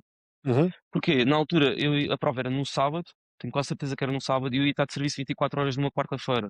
Ou seja, a quarta-feira antes da prova eu ia tipo perder a noite. Pá, e como tu deves calcular, para quem vai tipo competir, isso é algo que traz transtornos tipo gigantes na performance. Pá, eu telefonei para a Federação Portuguesa de Teatro a perguntar o que é que se passava, o que é que, pá, quando é que eu ia para baixo, e eles disseram-me que, epá, olha, a prova é no sábado. Pá, isto foi tal e qual, como eu estou a dizer, Luís. Pá, a prova é no sábado, aquilo que a gente pode fazer é, vamos-te dar, tens a sexta, ao sábado e o domingo. Eu disse: "Epá, mas eu quarta-feira estou de serviço". Pá, pronto, isso aí já é contigo, basicamente. Epá, isso foi quando, tipo, bateu mesmo, tipo, cá no fundo. E eu assim: "Foge, o que é que eu ando aqui a fazer?". E fui à prova porque, pá, estava selecionado, queria ir à prova porque eu gostava de competir, mas quando estava na linha de partida pensei para mim: "Pá, o que é que estás aqui a fazer? Tipo, não tens hipótese, vais estar a esforçar tanto para quê? Os outros vão estar sempre, por muito esforço, nunca vais estar tipo ao mesmo nível dos outros, ah, por algo que não consegues controlar. Isto nunca vai passar daqui e pronto, foi aí que eu me apercebi, pá, já Ou seja, chega, deixa-me vou. só enquadrar aqui um bocadinho. Ou seja, nessa altura, tu eras quarto do ranking mundial Uhum, e é feita a chamada para os atletas irem para a meta para partirem. E vão chamando, este, aquele, o outro. E o quarto a certo. ser chamado era Marco Miguel Portugal, não é? Uhum, Pronto. E estavas ali com atletas de topo mundial, porque ali era escalão ou categoria de elite, sim. não é? Ou Para seja, aquelas para tudo, aquela modalidade do Atlas, sim, eram sim, os melhores na altura. tudo aquilo pelo que tinhas passado, todas aquelas, tanto o Sacrifícios. esforço da alimentação, dos treinos, como também o facto de tu dedicares e veres todas aquelas questões dos ganhos marginais, etc., seria uma razão para tu seres chamado com orgulho, representar o teu país, estares ali na meta e estares feliz, né? Estares assim, pá, finalmente eu atingi este patamar, mas o sentimento que tu estavas a ter era o inverso, ou seja, tu estavas triste porque sabias que havia outros que estavam lá há um mês a estagiar, já tinham feito reconhecimentos, já tinham mais do que uma vez, já estavam habituados às condições. E eu quero fazer também aqui outro parênteses para quem nos está a ouvir, que é, uma coisa é a competição, entre aspas, a brincar, que nós fazemos aqui, que vamos aos eventos, que nos inscrevemos e não sei o quê. Aqui não, aqui estamos a falar de campeonatos da Europa, campeonatos do mundo, ou seja, aqui é tudo levado com pormenor, e tentar não falhar nenhum pormenor da checklist para que tenhas as melhores condições possíveis para teres o melhor resultado possível, não é? Já nem estamos a falar só da questão da alimentação nem do treino, estamos a falar de tudo, de estágios, de tudo isso. Ou seja, eu vejo completamente natural da tua parte que tu te tenhas sentido assim por não sentires que não tinhas hipótese porque não tinhas as mesmas condições que os outros. Sim, Eu vejo natural e quero enquadrar esta parte para quem nos está a ouvir, porquê? Porque, embora muitos não levemos o desporto desta forma e a competição, aqui estávamos a falar era de competição a sério, eram campeonatos da Europa, portanto, eu vejo natural que tu tenhas visto isso assim, porque aí tem que se realmente ter atenção a todos os pormenores. Era legítimo tu sentir-te assim. sim, sim, e quando tu te sacrificas tanto, quando tu dás tanto de ti, da tua vida, ah, em prol de algo, neste caso ir para o desporto, e que depois há ali um fator que é, que é essencial, mas tu não consegues controlar, acaba por mexer bastante contigo. Porque, epá, olha, imagina, eu tenho um exemplo, pá, eu não sou adepto de futebol, ok? Nem quero que os adeptos de futebol tipo, fiquem chateados comigo. Mas epá, eu treinava muitas vezes em pista e estavam lá alguns clubes, o Setúbal, entre outros. Mas uma vez, eu estava em casa, só para teres uma ideia, e eu vi uma notícia de uns jogadores, salvo erro no Porto, dois jogadores que tinham sido apanhados na noite anterior a um jogo que era importantíssimo para o clube, tipo, foram sair à noite, tipo, pá, beber uns copos, fumar e gajas, essa coisa toda. Epá, e eu pensei assim para mim, pá, o futebol não pode ser, ou estes gajos não podem ser, como é que eu ia dizer? Eles não se sacrificam o suficiente. Porque imagina, se tu te sacrificares todos os dias, deres tudo o máximo que tu podes de ti, e durante um dia, 2 dias, 3 dias, tu vais ser o primeiro a no dia, tipo, antes da A prova, não querer a nem ir. sequer. a não querer ir, porque não vais querer, tipo, pôr em causa tudo aquilo que já fizeste, estás a perceber? Bom exemplo. E é um exemplo, percebes? E eu no futebol acabei sempre por, pronto, epá, nada contra, ganham demais a maior parte deles ganha demais para o sofrimento que realmente aplicam no desporto. Mas pronto, é só Isso é tipo um exemplo parvo. Não, mas eu acho que é um excelente exemplo. Eu acho que é um excelente exemplo. E a nossa sociedade está completamente mergulhada e embebida no futebol, mas é um desporto global, é aquilo que é, paciência, não se pode mudar as coisas, mas eu durante uma grande parte da minha vida também, como todos, estive muito absorvido pelo futebol e eu posso dizer, na parte que me toca, que quando eu deixei de estar tão absorvido pelo futebol, não digo como jogador, jogava, fazia os meus jogos de futebol com os meus amigos normais. Quando eu era miúdo, fui federado até ao escalão de júniores. Acho que sénior já não fui, porque lá no Alentejo e no interior alentejano não havia assim tanta variedade de desportos que nós pudéssemos fazer federados. Mas o que eu te posso dizer é que senti como é que tenho de dizer isto? Falando eu pessoalmente, e lá está, eu ainda hoje em dia gosto às vezes de ver um jogo com amigos, e acho que socialmente é uma coisa que pá, é saudável, estamos em convívio, estamos a ver um jogo, seleção, clubes, etc. Mas quando eu deixei de ficar tão absorvido pelo futebol, achei como se era como se tivesse feito um género de uma desintoxicação em mim próprio, percebes? Porque agora vejo de fora a bolha, todos aqueles programas de debate que há com toda a gente, e às vezes até mesmo amigos meus, que eu vejo estarem ali fervorosamente a discutir e o futebol e isto e aquilo, só que, ai pá, sai da sua zona de conforto completamente nas redes sociais, etc. Pá, Então, não sei, tudo aquilo que gira, não é? À volta do sim. futebol, fizeste-me agora, despoletaste aqui Pá, uma coisa a mim que foi. imagina, imagina, há uma cena que Esse me dá, exemplo que tu epá, dás, Marco, esse exemplo que tu dás é mesmo muito bom e é flagrante. Qualquer atleta, e o desporto, o futebol é um desporto. Qualquer atleta que se esforce muito na sua atividade e pague o preço e o sacrifício para treinar e para melhorar, é muito difícil que de, de consciência tranquila na noite antes de um jogo importante vá para a noite, não é? Portanto, isso também sabemos, obviamente, que nem todos os claro, jogadores de sim, futebol sim, sim, são exatamente. assim, como é óbvio. Há jogadores que realmente se veem como atletas e se dedicam e também veem resultado nisso. Exatamente, Mas exatamente. pronto, mas acho que é um Ao exemplo, é mais um alto exemplo. nível, ao mais alto nível também, ao mais alto nível, tudo ali levado à exaustão ao pormenor. Temos o Claro, exemplo do Ronaldo, né, como claro, toda a gente sabe. exatamente, exatamente. Yeah. Mas, Ó por Marco, exemplo, também há uma coisa engraçada, desculpa lá, Luís, há uma cena engraçada, pá, que eu parto-me sempre a rir, que é quando no trabalho conheço sempre imensa gente que é completamente fanática e viram-se uns para os outros: nós ganhámos e não sei o quê. E eu viro-me para eles: "Man, nós ganhámos, tu não ganhaste nada, mano, quem ganhou foi os jogadores que estiveram lá a jogar, tu estiveste só tipo a ver, qual é que é a cena?" Ah, e pronto, pá, epá, é o os desf únicos que ainda dou de barato que podem dizer isso são aqueles que foram ao estádio, ok? Foram o 12º jogador. pronto, tiveram lá a apoiar, agora o resto está em casa, man. É engraçado como as pessoas, tipo, vivem tanto aquela cena, man, é Yeah. engraçado. Não, a questão é assim, eu não vejo nada contra. A mim só me entristece um pouco é que a Os outros sociedade e desportos fiquem um não, bocado sim, é a comprometidos. sociedade em geral e particularmente o nosso país, porque depois a verdade é mesmo esta, é a verdade, noutros países isso não se nota tanto, mas a verdade é mesmo essa, o futebol monopoliza tudo e a consequência disso é que depois outras modalidades tenham que andar a sobreviver quase como, entre aspas, como pedintes para existir. Não é?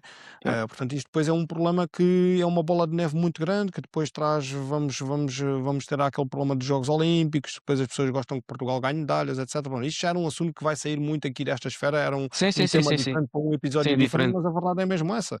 É Sim. mesmo essa.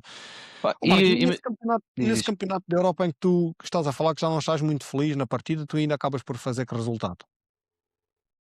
Eu acho que fui 17º, acho que fui À geral. 17º, não da geral, ó, 17º, salvo erro foi isso, eu não me recordo, imagina, Ok. fizemos os primeiros 15 quiló os primeiros 5 quilómetros, tipo, a partir, aliás, foi nessa prova que eu bato o meu recorde aos 5 quilómetros, foi 2,50 de média, só que, pá, por um bocadinho de nada, tipo, imagina 10 segundos, eu perdi o grupo da frente, na E depois transição. é difícil fazer a ligação, não é? E depois, como eu não tinha uma bicicleta, tipo, forte, ok, não era todo um gajo forte, eu só queria, tipo, correr bué da bem e depois meter-me na roda dos outros e descansar para a última corrida, Epá, nunca mais consegui apanhar o grupo da frente, que eram bastantes, e depois foi sempre a penar até arrebentar, pronto. Depois foi só Ok, ir até ao final. pronto. Mas Mas olha, imagina, estavas a falar de uma coisa, que eu acho que é bastante interessante, que é a nossa cultura desportiva e eu acho que, ainda hoje muitos dos atletas que a gente tem cá e estão a crescer digamos que é o patrocínio, né, como se costuma o dizer, os pais é patrocínio, que exato, o exato. patrocínio. E às vezes tu vês, eu tenho imensos, casais, amigos meus que metem os putos na bola só para, ver se os gajos tipo, são alguém e ganham dinheiro, essas coisas todas. E pá, eu vejo isso não com bons olhos, mas, pá, respeito. E também vejo que, pá, atualmente nós temos atletas formidáveis, ok? Não, isto não é tudo só coisas más. Tu atualmente no atletismo imagina, tens o Isaac Nader, que é o campeão mundial dos 1500 metros em pista, tens a Salomé Afonso, tens deixa-me pensar, tens o Samuel Barata, tens o José Carlos Pinto. Há atletas atualmente hoje com um nível estratosférico, ok? Estamos a falar em atletas mesmo, mesmo, mesmo. O Isaac está num nível pá, fabuloso. E no triatlo, olha, imagina, tens os irmãos Batista, tens o Hugo Figueiredo, que é um rapaz espetacular. Também tem um canal do YouTube e um podcast. O gajo é uma máquina. Foi sempre criado numa família, pá, e eu conheci os pais dele numa vez que também fomos a uma prova de salvo erro.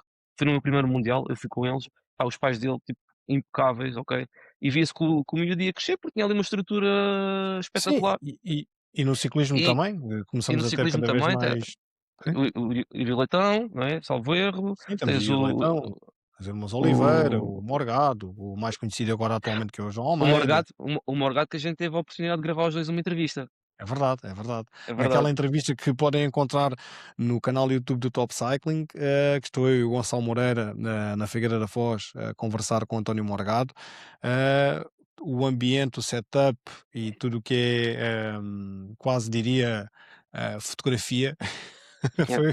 foi preparado aqui pelo Marco, porque o Marco já nessa altura eu já o conhecia e já fizemos aí vários trabalhos em conjunto. Foi o Marco que preparou e que estava a trabalhar connosco, é verdade. Mas agora só para terminar aqui essa questão do desporto e passarmos aqui à próxima fase aqui da tua transição, quando tu vês que, pronto, que aquilo já não te está a fazer sentido continuares a fazer o desporto daquela forma, mas só para terminar esta parte do desporto, eu às vezes digo, as pessoas quase que me interpretam mal, mas interpretam mal porque associam à questão de ser o país ou à questão de não verem bem os portugueses. Não é não verem bem os portugueses ou não gostarem dos portugueses. Quando às vezes eu digo para vingar num determinado desporto, um português tem que pedalar ou tem que correr ou tem que lutar muito mais do que um atleta de outro país. E porquê é que eu digo isto? Não é porque fora de Portugal os países olhem para os portugueses como maus ou com xenofobia ou algo desse género. Não tem nada a ver, não tem nada a ver com isso. Quando eu digo isto, o que eu quero dizer é que além de não termos um determinado estatuto em algumas modalidades, a questão é que a falta de condições, que na maioria dos casos acontece que nós não temos por questões económicas e financeiras na maioria das famílias, não é? Ah, vai custar muito mais a um atleta evoluir. E aí nem estou só a falar da condição económica da família em si, é a falta de infraestruturas para que o atleta, ou o jovem pratique a sua modalidade aqui. E posso dar vários exemplos. Aliás, nós temos, Velódromos. atletas de suce nós temos atletas de sucesso, por exemplo, no atletismo, e temos atletas de sucesso, agora também no ciclismo e já no passado, com, por exemplo, agora mais recente, por exemplo, o Sérgio Paulinho, o Rui Costa, que também tiveram, destaque e resultados de destaque no ciclismo, mas se nós formos ver bem, por exemplo, o Miguel Oliveira, que faz motociclismo, ele não tinha condições em Portugal para fazer um circuito de corridas como têm, por exemplo, em Espanha, os que fazem o motociclismo em Espanha. Estás a ver? Enquanto que no atletismo e na Foi o pai bicicleta, dele. O pai dele é que o levou para e foi Espanha muito com o esforço do e pai, como se sabe, do pai, exatamente. hum, mas no atletismo e no ciclismo tu tens sempre as condições, numa fase inicial tens sempre as condições, porque tu pegas nos ténis e vais correr, tu pegas numa bicicleta e vais pedalar. Agora, depois, a determinada altura, essas condições e essas infraestruturas e haver equipas e haver formação, faz imensa diferença, faz imensa diferença. E a prova disso, na minha opinião, é que Portugal tem tido os resultados incríveis, na pista, obviamente por um excelente trabalho do selecionador, da federação, e em verem talentos e em desenvolverem-nos, mas eu acho que o ponto fulcral aqui foi a construção do velódromo de Sangalhos. Estamos a falar de infraestruturas. Porque se não existisse aquele velódromo e aquelas condições que foram desenvolvidas ali, poderia haver a mesma a vontade do selecionador, a vontade da seleção, ou poderia haver o talento dos atletas, mas a regularidade com que iriam treinar e as condições com que iriam treinar provavelmente não seriam as mesmas, não é? Portanto, Claro. isto é uma Morares bola no muito grande, uma morares bola no muito Porto e grande. estava a dizer, morares no Porto e depois tens as instalações, por exemplo, no Pombal, mano, acaba por te limitar, consideravelmente, a Claro, tua evolução, claro, não é? claro. Por exemplo, há outras coisas, Luís, desculpa, só para fazer aqui um ressalvo em relação só mesmo para terminarmos esta parte. O desporto, pá, eu acho que além de fazer bem à saúde, né, como a gente levado ah, com peso e termo, ou como é que se diz? Tipo com peso e termo? Não, peso e medida? Peso e Com medida, peso e com peso medida, e medida. exatamente, faz bem, mas, eu acho que tem outras coisas que são bastante mais interessantes, ok? Para nós como pessoas, imagina, os miúdos atualmente, aquilo que eu vejo, a nível de educação física nas escolas, epá, é muito reduzido, é tipo o mínimo os mínimos mesmo olímpicos, Sim, ok? sim, é o ponto E fulcral, é e o desporto escolar. e Sim, sim, sim. mas eu queria falar na parte tipo mental, ok, da preparação mental, Uhum, das uhum. crianças, porque o desporto, aquilo que eu noto que realmente me trouxe as melhores coisas que me trouxe foi, imagina, resiliência. Tipo, e a resiliência, tipo, é algo, tipo, incrível. Tu quando começas a fazer as coisas e, pá, tem que ser porque tens que fazer e seja o que acontecer, pá, isso causa-te imagina, tu vais, tipo, uma cena qualquer da tua vida, ok? Uma cena qualquer da tua vida, em que tens ali uma certa, dificuldade, pá, tu não se calhar desistias, né, mas como tens aquela resiliência criada em ti, tu vais Já continuar tiveste a aquela insistir. base do desporto, Exatamente, a resiliência, o espírito de sacrifício, que até são coisas que também são espírito de equipa, espírito de equipa, exatamente. E respeito não pelo só, mano, próximo, etc, claro. essas coisas todas e imagina, Tudo nós isso aprende-se ali no desporto, sim, é verdade. isto o dinheiro que poderia ser investido nestes miúdos, nas escolas, na educação, era algo que não era dinheiro perdido de todo, porque imagina, tu tens exemplos da Noruega, tens exemplos de países mais do norte da Europa em que depois isso mais tarde reverte, ok, no Sistema Nacional de Saúde. Pá, porque as pessoas têm hábitos desportivos, já enraizados, não têm doenças tipo cardiovasculares, ou têm muito menos, os níveis de obesidade são bastante reduzidos, e tu basta às vezes, olha, ires ali a Lisboa, tipo à Baixa, onde eu trabalho, e tu vês os cruzeiros a chegar.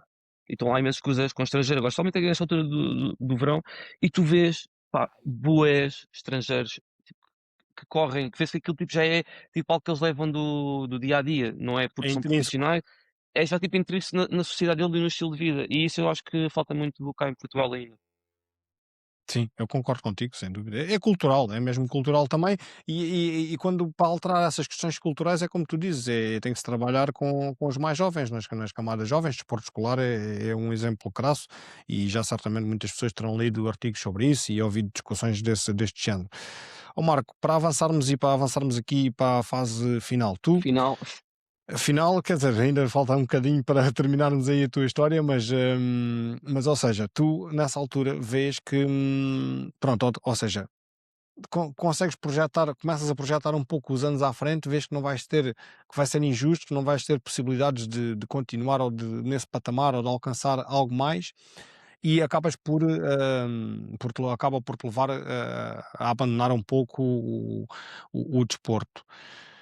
Mas isso depois, esse processo de transição, por isso é que eu me lembrei também de ti, para este fora de zona.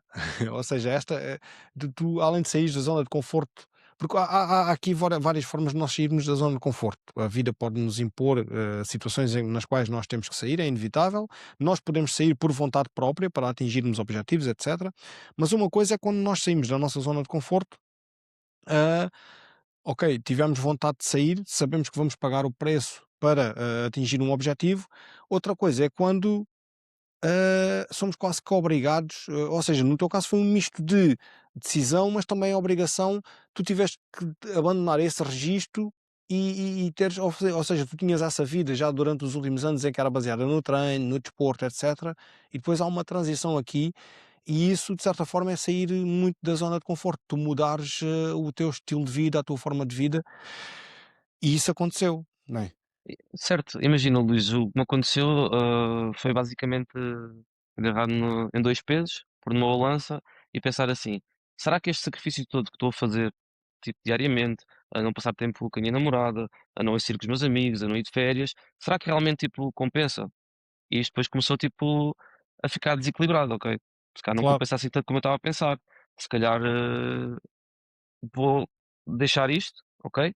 E na altura eu já sabia que não ia conseguir chegar muito mais além do que aquilo que já tinha chegado, por isso não valia a pena. Pá, eu sou um gajo e como tu sabes, o é para Covid também fazer, ajudou, não é? Porque mudou, é, tiraram aquelas condições que sim, tu sim, tinhas, sim. Epá, etc, não é?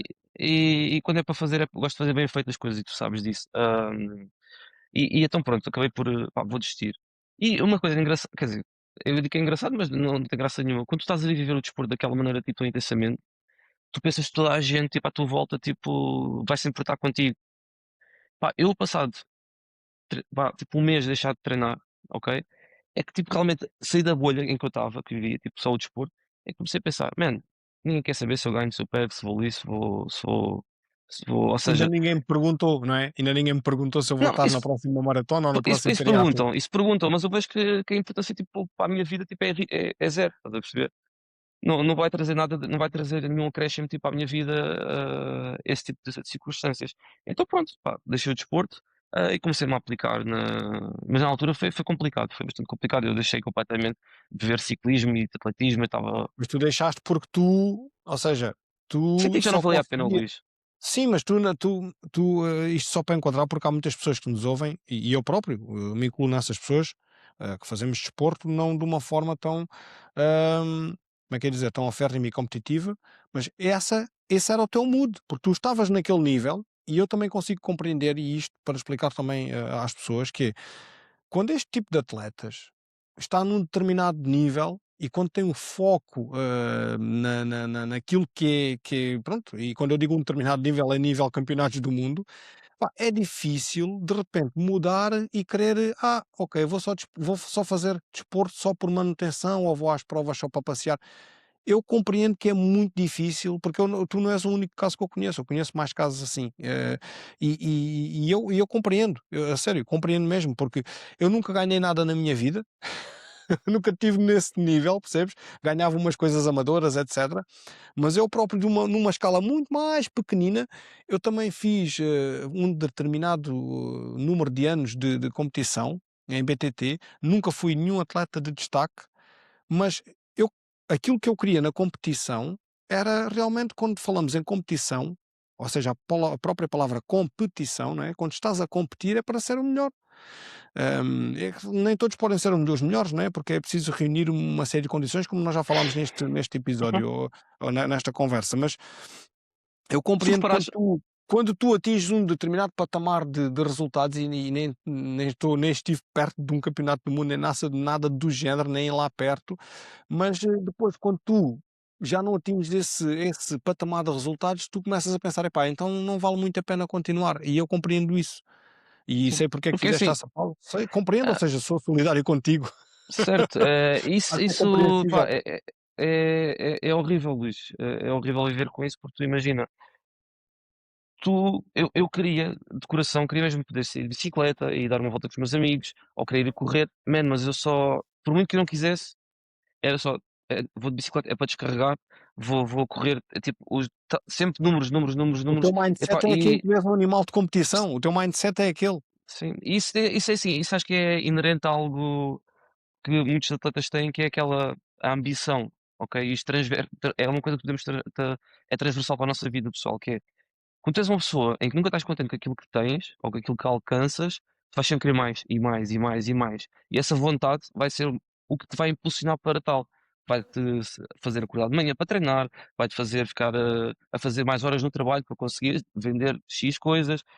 Essa vontade de querer chegar mais além é o que te faz realmente, eu acho que te faz conseguir chegar mais alto. Mas depois tem o reverso da medalha, que é o Pois quê? era o que eu Tu te ia nunca, dizer. Tu Era nunca o que eu vais ia estar mas feliz com essa aquilo que vontade tens. também te pode destruir, né? Tu nunca vais estar feliz com aquilo que tens, garanto. Nunca vais estar contente com aquilo que tens, vais querer sempre mais, mais e mais e mais e mais. É. E E é foi isso que difícil acabou por de também e é difícil, isso que acabou por te gerir. acontecer também. Tu percebeste Sim, disso.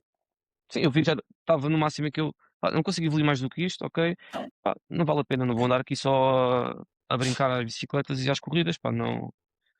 E Então pronto, tu passas ali uma fase em que ainda saías com os amigos para pedalar, mas vias que aquilo também não te fazia bem porque tu estavas ainda no chip competição, apesar de não estares a fazer, mas, pá, conta-me lá que tu hoje em dia ainda praticas desporto, mas, tu acabas por descobrir depois uma outra paixão que tu tens que é a fotografia e acabou por ser isso que nos juntou também, ou seja, que nos tornou amigos, né, através da yeah, fotografia é que nós acabámos por nos conhecer ou seja, entra nessa fase da tua vida, essa paixão da fotografia acaba por vir com uma tarde, mas há uma parte que eu gostava que tu contasses que é, tu acabas por descobrir aí uma questão que te foi diagnosticada, ou seja, tu acabas por ir a um psicólogo porque não estavas a conviver bem com essa transição e foi diagnosticada aí psicólogo e psiquiatra, um psicólogo e psiquiatra. psiquiatra.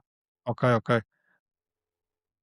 E acaba por ser diagnosticada aí a questão de seres do perfeccionismo e de hiperatividade, etc.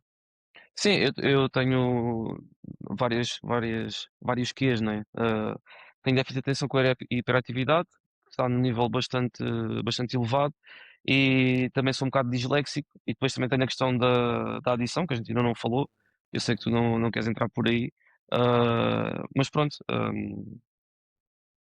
repete lá a pergunta que estavas-me a dizer, desculpa lá, que eu Não, perdi-me agora.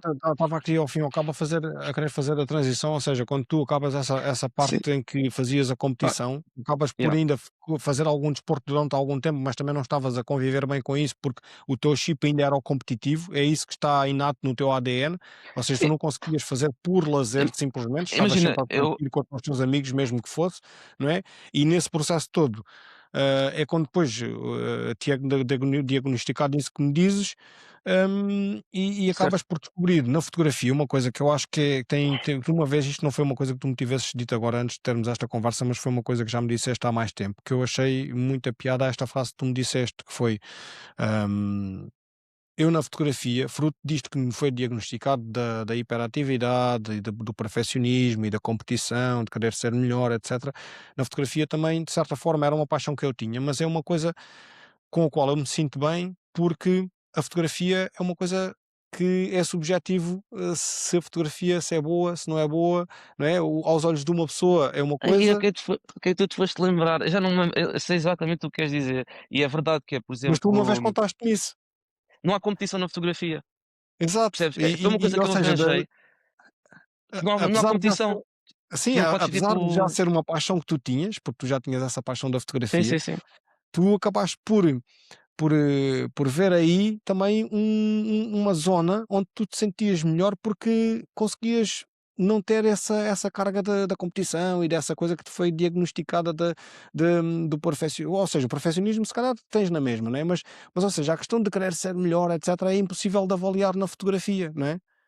Exatamente. Pá, foi uma excelente ressalva, Luís. Eu já não me lembrava disso e era um exemplo que dava bastantes vezes e dou. E é verdade, pá, eu comecei a gostar muito da fotografia porque era algo que eu podia investir o meu tempo e que sabia que, pá, não vou ganhar nada, estás a perceber? Ah, A fotografia é arte e a arte é subjetiva, por isso, pá, foi uma cena porreira e lá está. Comecei a vergar mais por isso e acabei e por. começaste a investir aquele tempo que tu investias tanto em treinos e tanto no Uhum, desporto, começaste a investir na fotografia, não é? Ou seja, a certo. querer aprender mais, a querer melhorar as técnicas, etc., que não é fácil, como é óbvio, é preciso também muito treino, etc. Bom, Sim. o que é certo é que também fruto dessa tua forma de ser, bem ou mal, acabaste também por ficar tão bom fotógrafo que acabas por ir parar dentro da Marinha a ser o fotógrafo do Almirante Gouveia e Melo. Yeah, eu quando acabei de pronto, quando parei com o desporto, comecei a ter muito mais tempo livre, pá, nessa altura não treinava mesmo nada, porque estava completamente saturado, pá, comecei com a fotografia, pá, e passado se calhar 1 ano e meio, 2 anos de estar mais dedicado e aprender mais, ah, pá, fui chamado para uma entrevista para perguntar se eu tinha as características necessárias para aquele serviço, que era ser o fotógrafo pessoal do Sr. Almirante Gouveia e Melo, e eu pá, chamaram-me e de um dia para o outro mudei completamente as minhas funções na Marinha e estive lá um ano. Estive lá um ano. Até que embarquei outra vez. Outra vez o mesmo Marco. Bom, Outra isto vez embarquei. agora vou aproveitar, porque o Marco já fez também vários trabalhos de fotografia comigo e com o Top Cycling. Vocês, tanto no website do Top Cycling, podem encontrar alguns testes que fiz de bicicletas na versão escrita do teste e que tem as fotografias, são fotografias feitas pelo Marco. Já fizemos um trabalho na Figueira da Foz com o Gonçalo Moreira quando fomos à Clássica da Figueira, acho que era a primeira edição, naquela altura. Fomos e Foi, foi o Marco. foi que ganhou o Renko. O Renko foi o que ganhou primeiro, não foi? Foi, exato, exato. Então foi isso. Ou seja, tu nessa altura foste o nosso cameraman e o nosso, videógrafo também, da entrevista e com o António Morgado e de outro tipo de trabalhos que nós fizemos lá. Epá, e eu convido, o pessoal a consultar também a página pessoal do Instagram do Marco, que é Marco_Miguel, não é? Underscore. Yeah. Marco underscore Marco_Miguel. Miguel underscore. No Instagram, porque ele não faz não tem aquela página acho que não é? Não tens aquilo de forma profissional, só publicas os trabalhos porque dá-te prazer, é aquilo que dá prazer, é aquele tipo de fotografia e tu vais publicando lá, pá, e tens lá fotografias incríveis, é um determinado estilo de fotografia. Podes explicar um pouco o que estilo de fotografia é aquele que tu costumas lá ou aquele que tu gostas mais agora atualmente? É assim, o que eu gosto de descobrir há pouco tempo, quer dizer, há 3 anos atrás, 4, que o estilo que realmente eu gostava de fotografar era fazer fotografia de rua, ou street photography, como queiras chamar, que é Aham, basicamente andar, na rua sem pressão, sem nada, que é aquilo que eu faço, saio do trabalho, levo a máquina, ando sem pressão na rua e quando vejo situações a acontecer, tipo, momentos que eu acho que sejam engraçados, que sejam interessantes, que sejam, pá, malta que seja bonita, diferente, pá, fotografo. E isso aliado ao facto de eu não estar aquilo para a competição e estar a fotografar algo que é para mim e que é extremamente volátil de acontecer, tipo, circunstâncias na rua que não estão dependentes de mim, pá, faz-me libertar imenso. Porque como tu sabes, pá, eu detesto fazer trabalhos de fotografia e não pá, e deixei de fazer porque não é porque não saiba, não é, mas é porque não me vejo nisso, porque estou sempre com aquela cena, pá, tenho que fazer bem feito e eu não quero isso, não quero ter essa pressão. exato. Outra coisa que eu descobri agora e que agora também já há algum tempo, mas que eu gosto imenso de fazer é a parte da formação. Pá, adoro dar formação de fotografia, tipo aquela cena de passares conhecimento a outras pessoas, de veres tipo, na cara delas a facilidade tipo, de aprenderem e perceberem como é que as coisas funcionam. Pá, é algo que realmente dá sentido à minha vida e faz-me bastante feliz. E esse tipo de fotografia que tu fazes, tu atualmente já nem tens máquinas automáticas, ou seja, as tuas máquinas são manuais, não é? Epá, yeah, eu pronto, para pôr um bocadinho mais em contexto, eu também trabalho acabei por começar a trabalhar numa loja de fotografia que é mais virada para, aliás, é toda ela vocacionada para a fotografia analógica, para o É isso, filme, para a analógica, película, desculpa. Pois. sim, Uhum. para a fotografia analógica e é uma loja, pá, super fixe na Avenida de Roma, é LX Film Store, se quiserem ir dar uma espreita ao Instagram. E basicamente eu entrei para a loja porque comecei também a aprender, queria aprender como é que se fotografava com o rolo, já há muitos anos atrás e, pá, comecei a adorar e basicamente as minhas máquinas são todas máquinas, analógicas, praticamente todas elas de rolo, e mesmo as 2 digitais que tenho também tenho lentes manuais e, pá, gosto da experiência, estás a ver? Não é às vezes por tirares fotos boas ou tirares, registros interessantes ou não é para mostrar tipo aos outros. Tipo, as máquinas que eu tenho é tipo, olha, é como a minha moto, é uma moto tipo antiga, que trava mal, vira mal, é desconfortável, mano, mas que dá bué de gosto tu andares naquilo, estás a ver? Sentes as É vibrações, analógica, eh, é estás a analógica, ver? é E uma aquilo moto é analógica. pela experiência, pelo tato, é engraçado, é engraçado. Yeah, yeah, yeah. É, e Olha, pá, ó Marco, eu acho, pronto, olha, eu espero que as pessoas tenham gostado. Eu gostava de desenvolver mais esta parte agora da conversa da fotografia. Talvez possa ficar para um outro episódio, mas eu gostava ainda que só que me fizesses aqui um género de um resumo, ou seja, quando tu olhas para trás e vês aquilo tudo que fizeste, desporto, etc., e a forma como acabaste por fazer a transição, ou seja, tu deixaste o desporto porque naquela altura já não te estava a fazer feliz. Eu sinto que tu agora, com a fotografia, és feliz e és tranquilo, mas pá, estás a abordar. é complicado, imagina, pá, eu já estamos a 1 hora e meia, tipo, a conversar.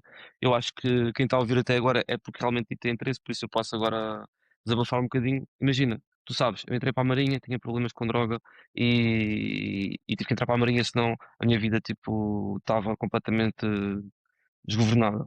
Entrei para a Marinha, comecei a fazer desporto. Pá, do desporto, agarrei-me ao desporto e comecei e cheguei onde já falámos. Quando acabou o desporto e eu fui para o embarque, estava outra vez completamente, o que é que eu faço à minha vida? Pá, comecei a ver e comecei, tipo, a ter bué de problemas com o álcool e foi aí que eu decidi, pá, tenho que me tratar, porque imagina o que é tu seres problemas com droga, estares num alto nível de desporto e depois voltares outra vez, tipo, para um problema, tipo, pessoal daqueles que, pá, eu estava completamente, ah, não sei, é difícil conseguir, tipo, explicar o que eu sentia. Então fui para uma clínica, fiz a minha reabilitação e foi aí que eu aprendi que tinha adição, que é essa cena que leva ao extremismo, estás a ver?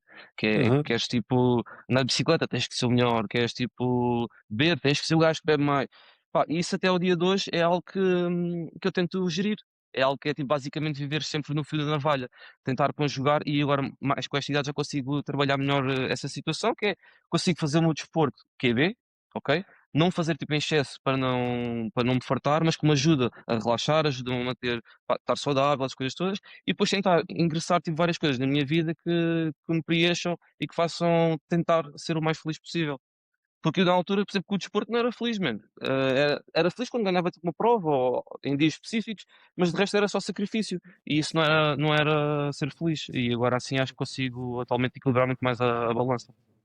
E tu achas que se naquele ponto em que tu sentiste que não que as coisas imagina, vamos tirar os embarques da equação, não é? E se tu achas que naquele ponto em que tu sentiste que se tivesses se fosses continuar, não irias chegar a algum lado, tu achas que não se não tivesses sentido isso por causa dos fatores externos àquilo que era a tua dedicação, etcétera, tu achas que por esta altura ainda fazias desporto dessa forma? Ou por esta altura ou terias feito mais anos? É assim, eu teria feito mais anos, certamente, porque eu pronto, era completamente vidrado naquilo, e quanto mais tu conseguisses alcançar, ou quanto mais conseguisses subir, mais Claro. querias mais, pronto, tipo, era inevitável. Eu acho que, assim, acho que não tenho certeza, eu tinha mais para evoluir, eu sei que tinha mais para evoluir, ok? Podia não ser muito, muito, muito mais, mas eu tinha uma margem boa para evoluir. Se isso me depois iria traduzir em eu viver do desporto, pá, eu creio que não, ok? Não ia mudar nada por aí além. Mas se calhar eu conseguia, se eu não tivesse os embarques, se eu não tivesse o trabalho que tenho que, pá, não sei o que é que vou fazer para a semana, não sei o que é que vou fazer daqui a um mês, não sei se tenho que ir para Évora ou tenho que ir, Aham, estás a perceber? aham. Se eu não tivesse este estilo de vida que tenho com o meu trabalho, pá, eu acho que conseguia levar as coisas tipo um bocadinho prolongar mais no tempo essa carreira. Mas que no fundo também Ok. algum dia iria ter que terminar e, Então, mas como pá, todos, e como é óbvio, o sim, sim, desporto é sim. assim, quando chegamos a uma certa altura não dá para competir mais naquele nível, não é? É Yeah. normal. Ok, Marco, obrigado por esta conversa grande. Epá, eu vou-te ser sincero, eu estou curioso para saber se alguém tipo ouve isto até ao fim, que eu acho que pá, não sei Então se sou pronto, assim olha, uma. vamos desafiar então. O pessoal que ouviu a conversa até ao fim, que ouviu esta parte final da conversa, ahm, que deixe uma palavra. Querias deixar alguma palavra que o pessoal escrevesse nos comentários? Para provar Epá, que ouviu esta epá, parte? é assim, eu não acho que seja assim uma pessoa tão interessante quanto aquilo que tu dizes que eu sou, né? E eu fiz um esforço para tentar passar aquilo que é a minha experiência de Não, eu vida acho que é uma história e que é interessante porquê? Precisamente porque eu sei que há muitas pessoas que fazem o desporto de forma amadora, conciliando com as suas profissões e que conseguem conciliar bem e são tranquilos nesse aspecto e veem ali uma forma de ter o bem-estar, etc. E são tranquilos. Mas eu também sei que há uma fatia muito grande de pessoas que começa por fazer assim o desporto de uma forma equilibrada, conciliando com o trabalho, etc. Mas depois, fruto de ser do tipo de pessoa que é normal que sejam competitivas e que queiram melhorar e melhorar e melhorar e depois eu acredito que haja por aí mais pessoas que também não às tantas não estão a ser suficientemente felizes com ou que o desporto não os faz, felizes por essa por esta, a razão de quererem ser muito competitivos e não quererem atingir o patamar. Ou então pensam que são felizes, mas talvez se vão a perceber mais tarde que se calhar não era bem uma felicidade, não é? Porque ainda estão no processo, ainda estão no caminho de querer alcançar alguma coisa, etc. E por isso é que eu acho que é interessante, porque pode haver pessoas nesse tipo de situação que depois vão ver que não são as únicas, entendes? Epá, Luís, olha, agradeço imenso o convite. Espero que tenha servido para alguma coisa. Espero que tenhas gostado de ouvir as minhas palavras e pá, um abraço a todos os que ainda continuam aqui a ouvir, quase 2 horas. Pá, tudo bom para vocês, sejam felizes, que é o mais importante. Ok? Eu vou publicar, isto, são episódios para as pessoas ouvirem em vários dias. Ok? Portanto, Ok. obrigado a todos. Se chegaste a este ponto do podcast, deixa uma palavra lá nos comentários a dizer não sou o único. Podemos evocar aqui chutes e pontapés, por exemplo, não sou o único, não é? Eh, se querem deixar uma palavra de apoio ao Marco e dar-lhe confiança a dizer que realmente chegaram ao final e a esta parte, deixem a palavra a dizer não sou o único. Obrigado a todos, como sempre. Um grande abraço, sejam felizes e até ao próximo episódio.